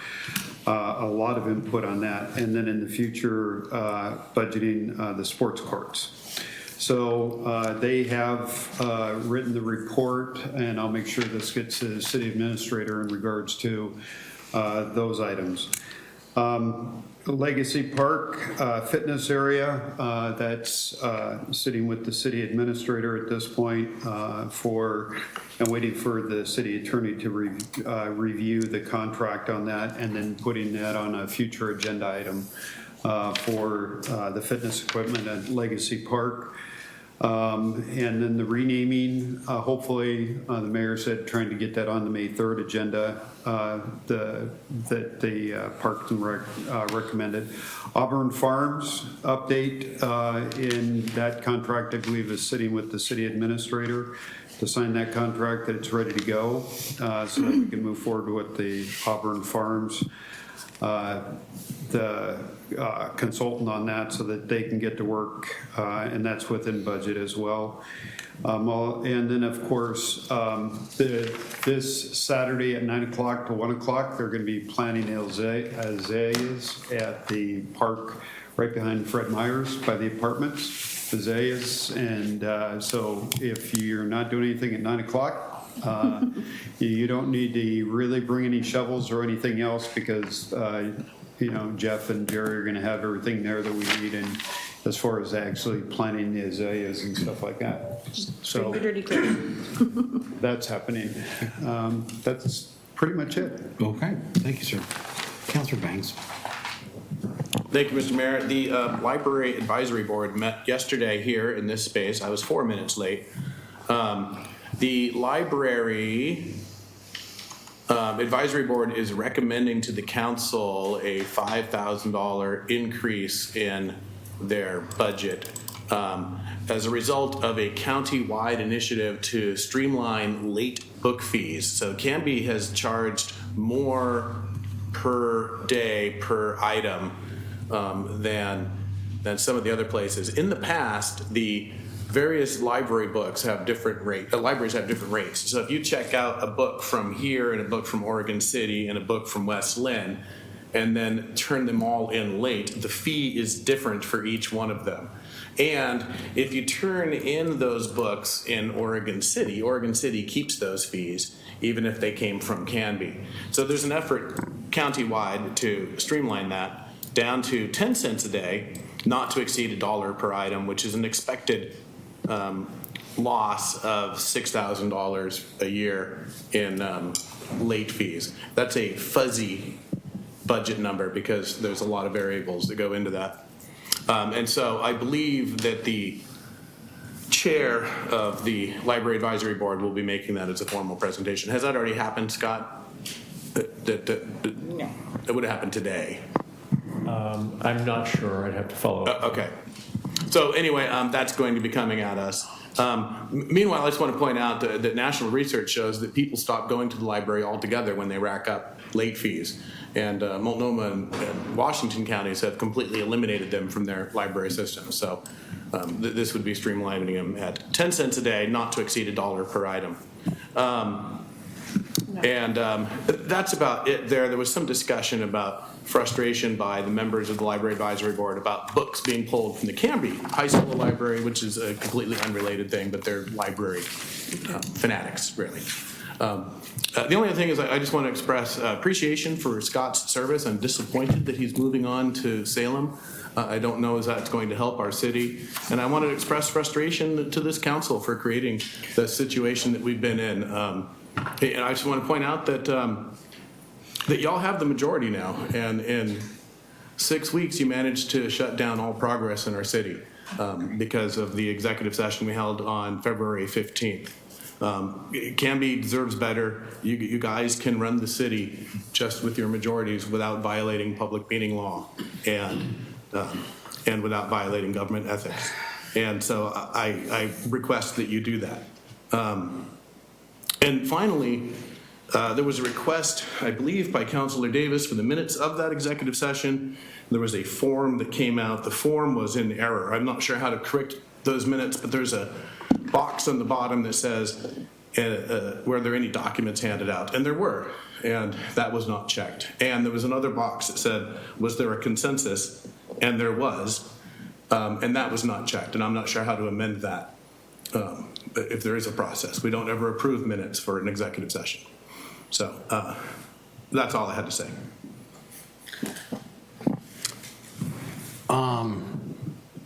I will revisit that form with Scott and Maya and take a look at it because I don't remember those boxes on the bottom, but I will revisit that with them and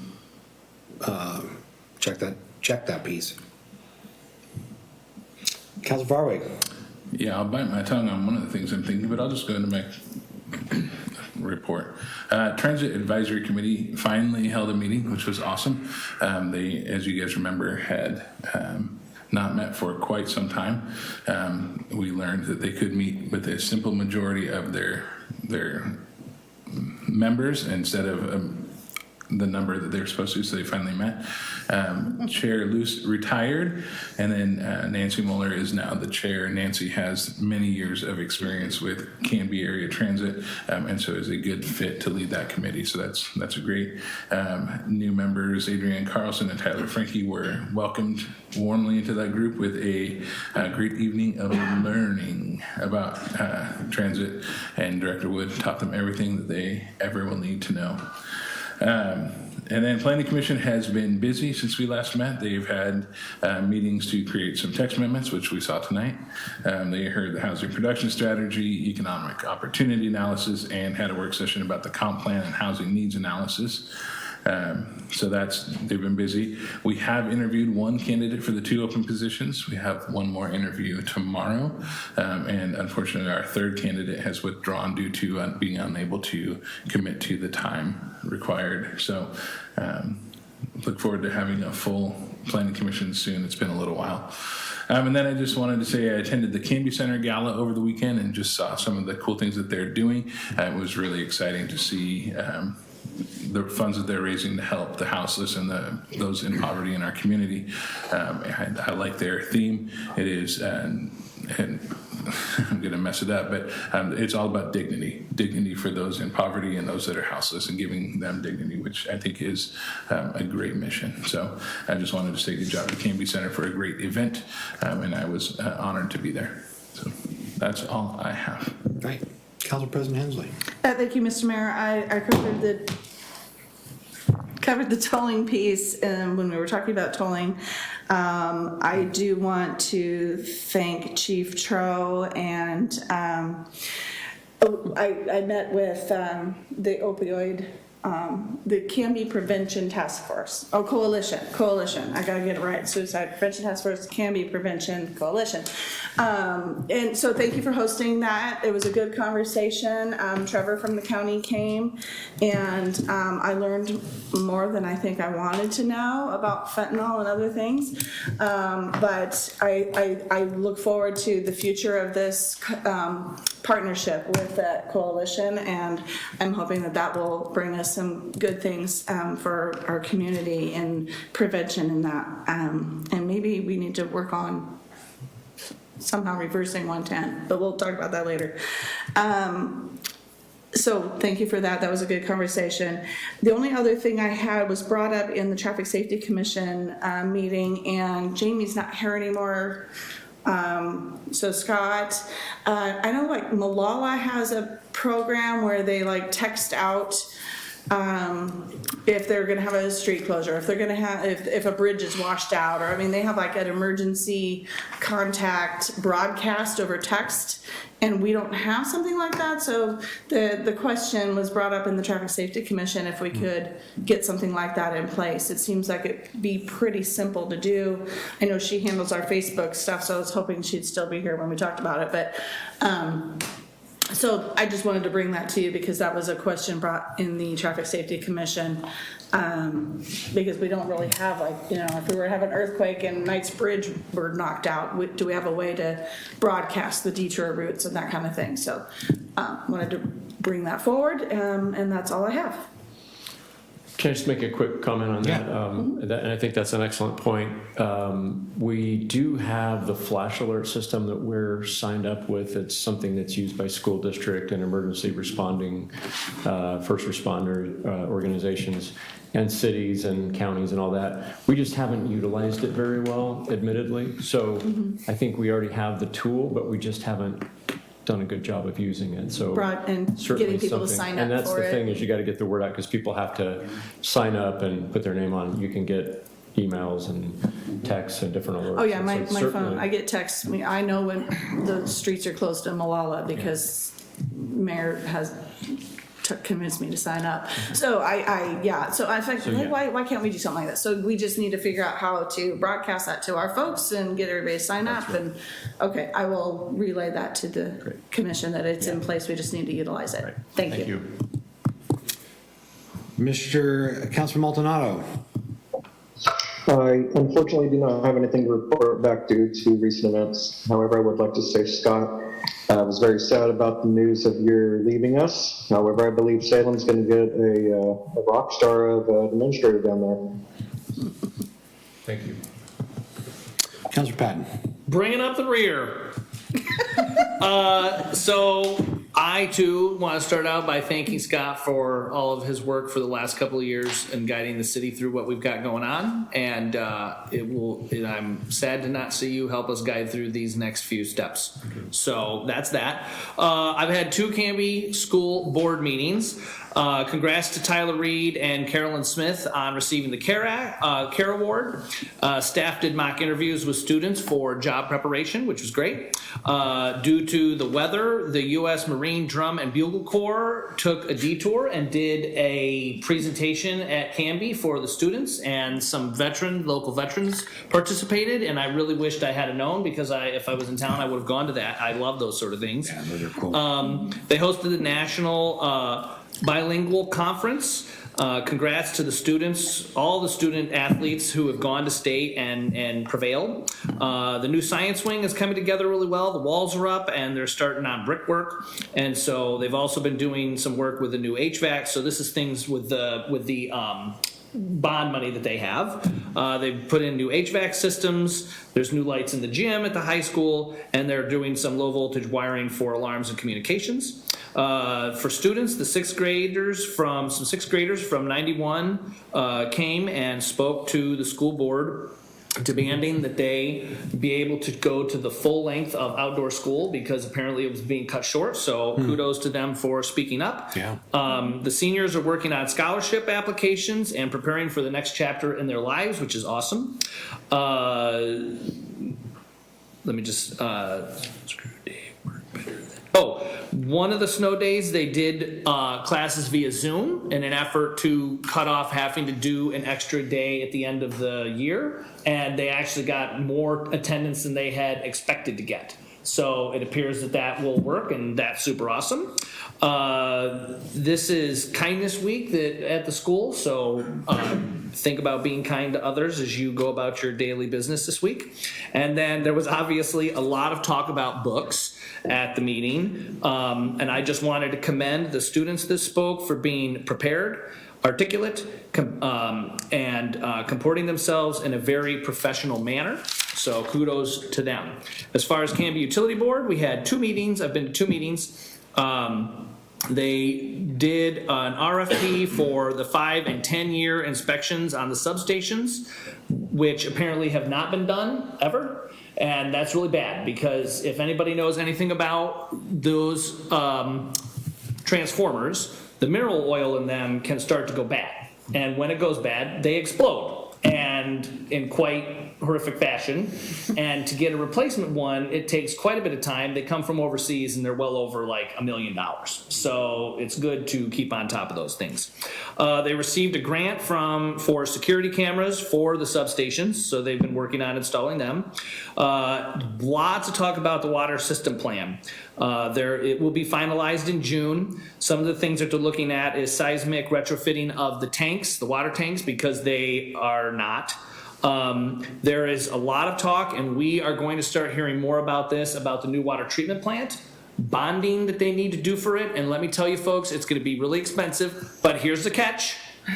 Because of the new filtration system that needs to go into the water treatment plant, because they need to filter out the PFAS, it will also take out the dirt taste of the water. So you all have been complaining about the dirt taste. This is how we get rid of it, with like a multi-million-dollar water treatment plant. They're working with city staff on installing a car charger station for the electric. They continue to be very low on their service outages, below average. It's not 0, but they strive for that every time. They're working on undergrounding lines where they can be. So Councilor Parker, if you're listening, you should be clapping for that. And they're looking at bringing in their tree trimming service in-house. Now, as far as my updates, as things that I've been up to, I've attended the chamber luncheon. I attended the Clackamas Cities dinner, which was interesting. What was the, oh no, that's not it. I attended the comprehensive plan and TSP session. I did want to just bring up 2 things. One, I had on my list that we need to add to a future agenda item, possibly reimbursing the URD money for the work at Community Park. Mm-hmm. And then also, I would like to see on a future agenda sooner than later the possibility of looking at a firm to come in and do some interviews and investigation as to what is going on with city staff and the discontent that we are experiencing. I think we need an outside agency to come in and really start to peel back the layers of this onion, because there's some root problems that need to be addressed, and we need to get them done now before we start losing more good people. Sorry. Let me just double check my list here. Yes, loose ends project. Oh, no, that's the last one. So I wanted to just say that personally, and I would have mentioned this sooner but this is our first public meeting. As it was reported on Canby Current, I submitted a ethics complaint on myself to the ethics board. I did it out of an abundance of caution because I had some concerns of what happened at that executive session meeting. It was not in an effort to try and damage anybody or do anything like that. I have tried to pride myself on being a very open person to the citizens of this community, and I felt that I needed to do that. In an effort to be transparent about this, I want to let the community know, and I checked with the ethics board lady to make sure that it was okay. I did contact all of the counselors. I didn't get a chance to talk to Counselor Farwig because he was on vacation and his voicemail box was full, so I couldn't leave a message. But I did talk to all the other counselors and to the mayor to just let them know that I had done that, so that if more information came out about that, it did not come as a surprise to anybody. And I assure you that depending on what comes of that investigation, I will be very transparent of what is given to me as far as whether it was a problem or not, and what sort of trouble I will be in if it is. So I will make sure that the citizens of this community know that. And then finally, this is sort of a PSA thing. They were talking on the radio the other day. There is a Facebook group called Loose Ends Projects. And so if you have family members who have passed away who were knitters or crocheters or quilters, and they passed away before they got a chance to make, your grandson's last Afghan or some sort of craft project, this group has a network of, and this is not there, I'm not getting paid to say this, I've just thought this was very interesting. This group has a network of crafters that have connected with them across the world. And if you have one of these projects, you can reach out to them and they will connect you with somebody who can finish the project to then pass it on to the loved one. And you can also serve as a volunteer with their group if you are a crafty person. So that's my very long and comprehensive report. What a cool thing. I was really struck by it. I thought that was great, so I wanted to mention that tonight. Great. That's really cool. Mr. Mayor, if I may, I would actually like to piggyback on Councilor Patton's request, if you will. And I don't know if we need an official motion or consensus, but I do believe that we do need some kind of outside entity to do interview investigation on the outlook on the workforce and the workplace situation. Okay. Noted. Okay. City Administrator Business and Staff Reports.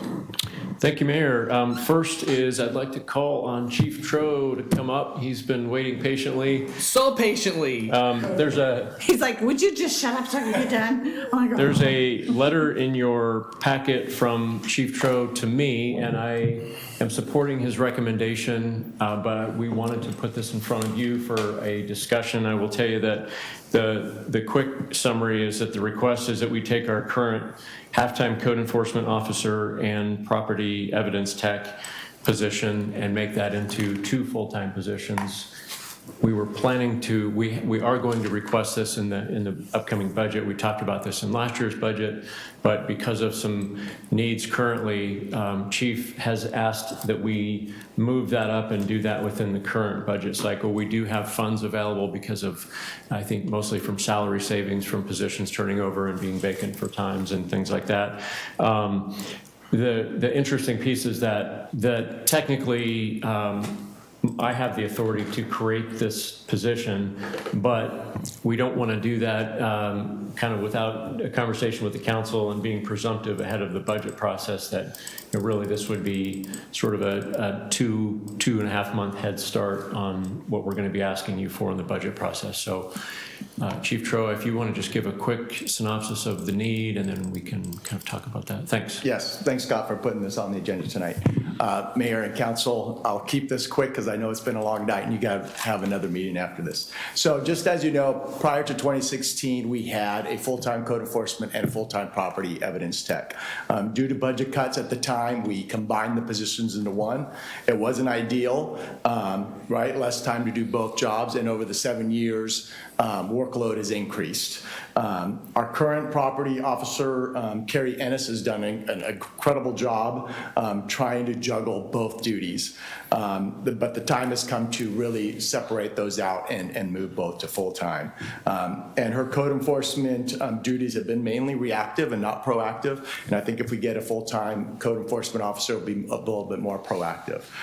This was brought up in last year's budget, if some of you recall, a meeting about adding for this next fiscal year, and the possibility of maybe adding a little bit earlier. And some of the reasons were because we just to announce, we implemented our body-worn camera program just earlier this month. It's going really well, but that increases a lot of duties for our property evidence tech. So she will have more time in the evidence room than out on the street doing code enforcement. Really, this is a request to fill this position a little bit early. As you know, it takes a couple months to fill a position. By the time we post it, interview, hire, it might be already into July. But if we do happen to hire early, we have the funds covered in our police budget. And then for next year's, it will go through the regular budget cycle. The other thing is, with the new camping ordinance, it's going to bring on some additional duties. And I know that will go, since you passed it tonight, will go into effect in 30 days. So this gives time for, to try to hire a code enforcement. One of the things that we added in his job description is homelessness liaison. So again, if we wait till it gets approved by the regular budget, right, that's July 1st, post it, we probably won't be hiring until September 1st. We see an increase in homelessness in our area right now, and in the summer, there's usually a little bit of uptick also. So the earlier we could fill this, I think the more successful the camping ordinance and the homelessness liaison position will be. So really, I'm requesting to try to get this posted early so we could hire earlier. Councilor Davis. Thanks, Chief. I don't know how many know, but the police department, fire department has been dealing with these issues, and it's increasing. I mean, I'll just tell you a real quick one where somebody rang our doorbell at the fire station at 2 o'clock in the morning and continued to come back about 4 times. Appeared the next morning in our foyer, essentially blocking the foyer. And thanks to the behavioral health specialist from the police department and our people, we tried to get that person some assistance, which they were refusing, but we did. We were able to get them into a place, but they didn't want to follow instructions into that place that they were taken to, and they returned to the fire station. At which time the police department told them, you can't block the fire station. And so, but we are going out on a regular basis on these. And I appreciate the job that Chief Trow and the crew did in regards to the South Pine. They did a great job with that. And that's cleaned up quite a bit. And I do agree that with this camping, with the homeless ordinance that we passed tonight, that this position is critical, but not only that, with the behavioral health specialist at the police department, that person working with the behavioral health and our community paramedic, those people are going to get some good help. We don't just try to boot them off somewhere, we try to get them help. And so I think this position is critical to help with this situation that we're starting to see increase. Perfect. Yeah, I think this is the whole point with the institution of the body cams, that's a huge load on our already stressed position for sure. And yeah, I think breaking this apart and having so that the code enforcement can be proactive instead of reactive would be great. So I'm glad that this is, and I hope that we can support that. So, Mr. Mayor, do we need a consensus or an official motion, as we don't normally get into the day-to-day? Yeah, Scott, your thoughts? Thank you for that question. No, not necessarily.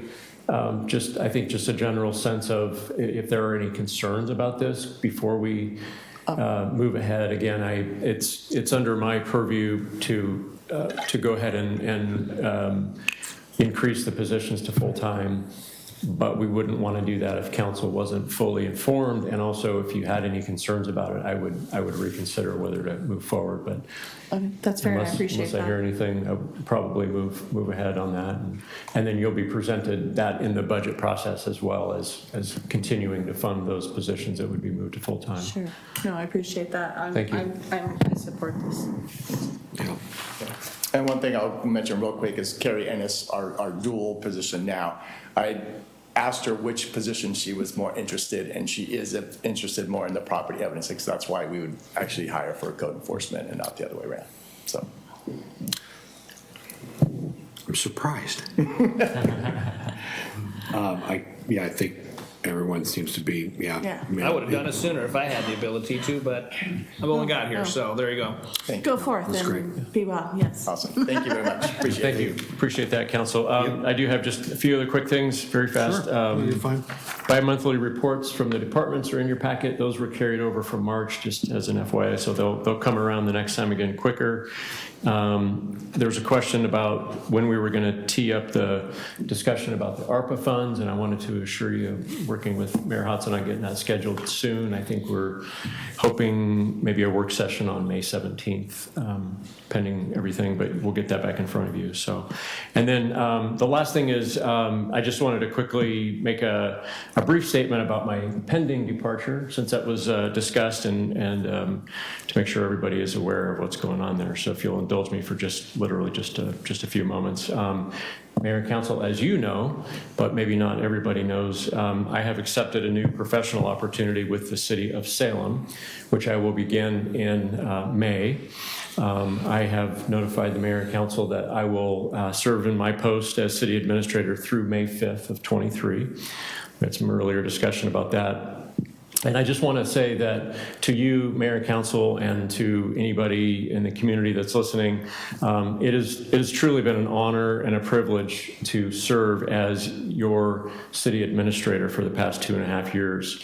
I want to express my utmost appreciation to Mayor Hodson, current city council members, former city councilors, our very talented and dedicated City of Canby staff team, our city volunteers, of course, our residents, all the stakeholders that we work with in the community, lots of community partners, and just everybody that I have the opportunity to work with.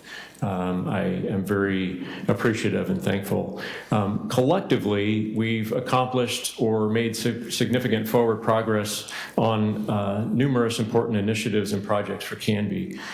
Each of these are a testament to not me, but to the collective teamwork of the city organization and the entire community. And it really is a true reflection of the can-do spirit of Canby. It's just very impressive, and we get a lot done with sometimes not a lot of people and resources. But all those things being things that I've enjoyed, the most cherished thing for me are the memories of my work with, the most cherished memories of my work with Canby are the day-to-day and just ongoing interactions with so many wonderful people. And I'm just so appreciative of that. And I'm grateful for my time with the city. I wish all the best for Canby in everything in the future. We will have time for final goodbyes, but I just wanted to quickly mention that this evening. So thank you. Thank you, Scott. That concludes my report for tonight. No, I appreciate everything you've done in this role for us, and there is a lot to be proud of, and I'm still not thrilled that you're moving on, and He'll still live here. you know, but I do appreciate everything you've done and for us, very much so. Councilor Patton? I have actually a few questions about the staff report, if I may. The first one is with the finance portion. It mentioned that at the end of the month of June that the audit was going to be complete, or no, at the end of the month of February that the audit would be completed. Was that in fact completed? I thought it was March, but yeah, that's a good End of question. March. It has been completed and submitted. It's completed. Okay, great. And then in there, it mentions, I've noticed a few times, it says, finance is still struggling to catch up on a multitude of tasks that fell very far behind due to the challenges that started in the summer of 2021. Is there a possibility of getting a more comprehensive list of what those challenges that they're facing are and what some timelines are that they see addressing those? It's just very vague. And I'm curious as to what some of those challenges are and what resources he might need to deal with those. So there's that. It was great to see the Locust Park Pavilion up. For Public Works, there was a picture about a sewer line that had been drilled through by natural gas. Do they compensate us for drilling through that? Or is that something that I can talk to Jerry about? Or how do you want to? Because I'm curious if we got compensated for them destroying that sewer line, or if we're on the hook for that. That's normally the case, is that that would be remedied somehow by the other utility, but I can verify that particular one, I believe that would be the case. Okay, great. The one on the 99 project, is that? No, it's a different No, one. it was on a different street. And then as far as CAT, it's good to see that the RFP is getting out for that, but there was some discussion at one point in time of possibly putting some like electric car charging stations in the public portion of the parking lot, and I wasn't sure if that was actually part of it or not, and I was just curious if that got in there or not. I don't know about the part about the CAT facility. I do know that there was conversation, and I think we even did budget for an electric vehicle charging station in our city's public lot right here adjacent to the movie theater. Yes. So I don't know if that's what you're asking or if it's a No, different. this would be in addition to that. Okay. There was some discussion about doing some public car charging stations. I will up need there. to verify about that. Okay, and that was it. That was all I had. Okay. Council President Hensley? I have a follow-up question to Councilor Patton's question on the audit. When will we get a report on the findings from that audit? I think it usually takes a few weeks for the state to review it. It goes to the Secretary of State, and then they send back a final report that gets distributed, and of course, council gets that. Probably June or? I'll see what, yeah, I would think not later than June, but I'll see if there's an estimate on when that comes back. Thank you. But it's all been submitted, just to clarify, yeah. Okay. Great. Anything else, Scott? No, thank you. Thank you. Any further citizen input? Okay. Just talk. Maya, action review.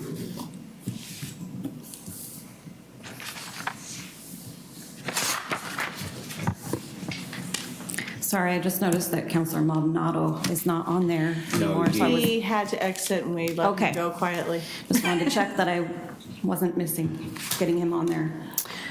All right, you have approved the consent agenda. The EOA adopted ordinance number 1594, approved ordinance 1595 and 1597 to second readings on May 3rd, approved ordinance 1596 to a second reading on April 25th, approved the response to the ODOT tolling environment assessment as amended by Councilor Patton by adding the streets and additional CCs, approved city staff to initiate the process for the city administrator position, and added the item to the 425 agenda. Thank you, Maya. Next on our agenda this evening is an executive session for the council and Mr. Doofman. So I'll take a motion to go into executive session. So move.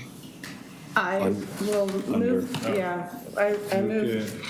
You can go into executive session pursuant to ORS 192.660, parent 2, parent F, to consider. I move to move into executive session pursuant to ORS 192.660, parent 2, parent F, to consider information or records that are exempt by law from public inspection. I'll second, and I have a request for a 5-minute break. If no one else wants to join me in a break, I do need to leave the dais for a few minutes. No, we will take a 5-minute break. That script, Mayor, that I sent over. I believe so, right? I think Maya put it here in front of me, so. Yep. I'm going to read that, you bet. Motion's been made by Councilor Varga and seconded by Councilor Hensley to go into exec session. Before I take a motion, representative of the news media and council authorized staff members may attend the executive session. All other persons must leave the room and are respectfully requested to do so now. Members of the media are specifically directed not to report on the topics discussed and the discussions that occurred during the executive session. City councilors are similarly reminded not to discuss executive session topics and deliberations with any third party. This includes, without limitation, family members, other appointed officials, e.g. planning commission members, library board members, etc., city staff and volunteers, members of the public, and members of the media. The presence of the media while the city's legal counsel is discussing matters with the council is not intended to, nor does it waive the attorney-client privilege that attaches to those communications and any related documentation. If a final decision on any matter is necessary, the council will make the decision when it is in a regular session. Okay, all those in favor of moving into an executive session? Aye. Anyone opposed? Canby, we are now in executive session. Canby, thank you. Have a good night. We'll see you in 2 weeks.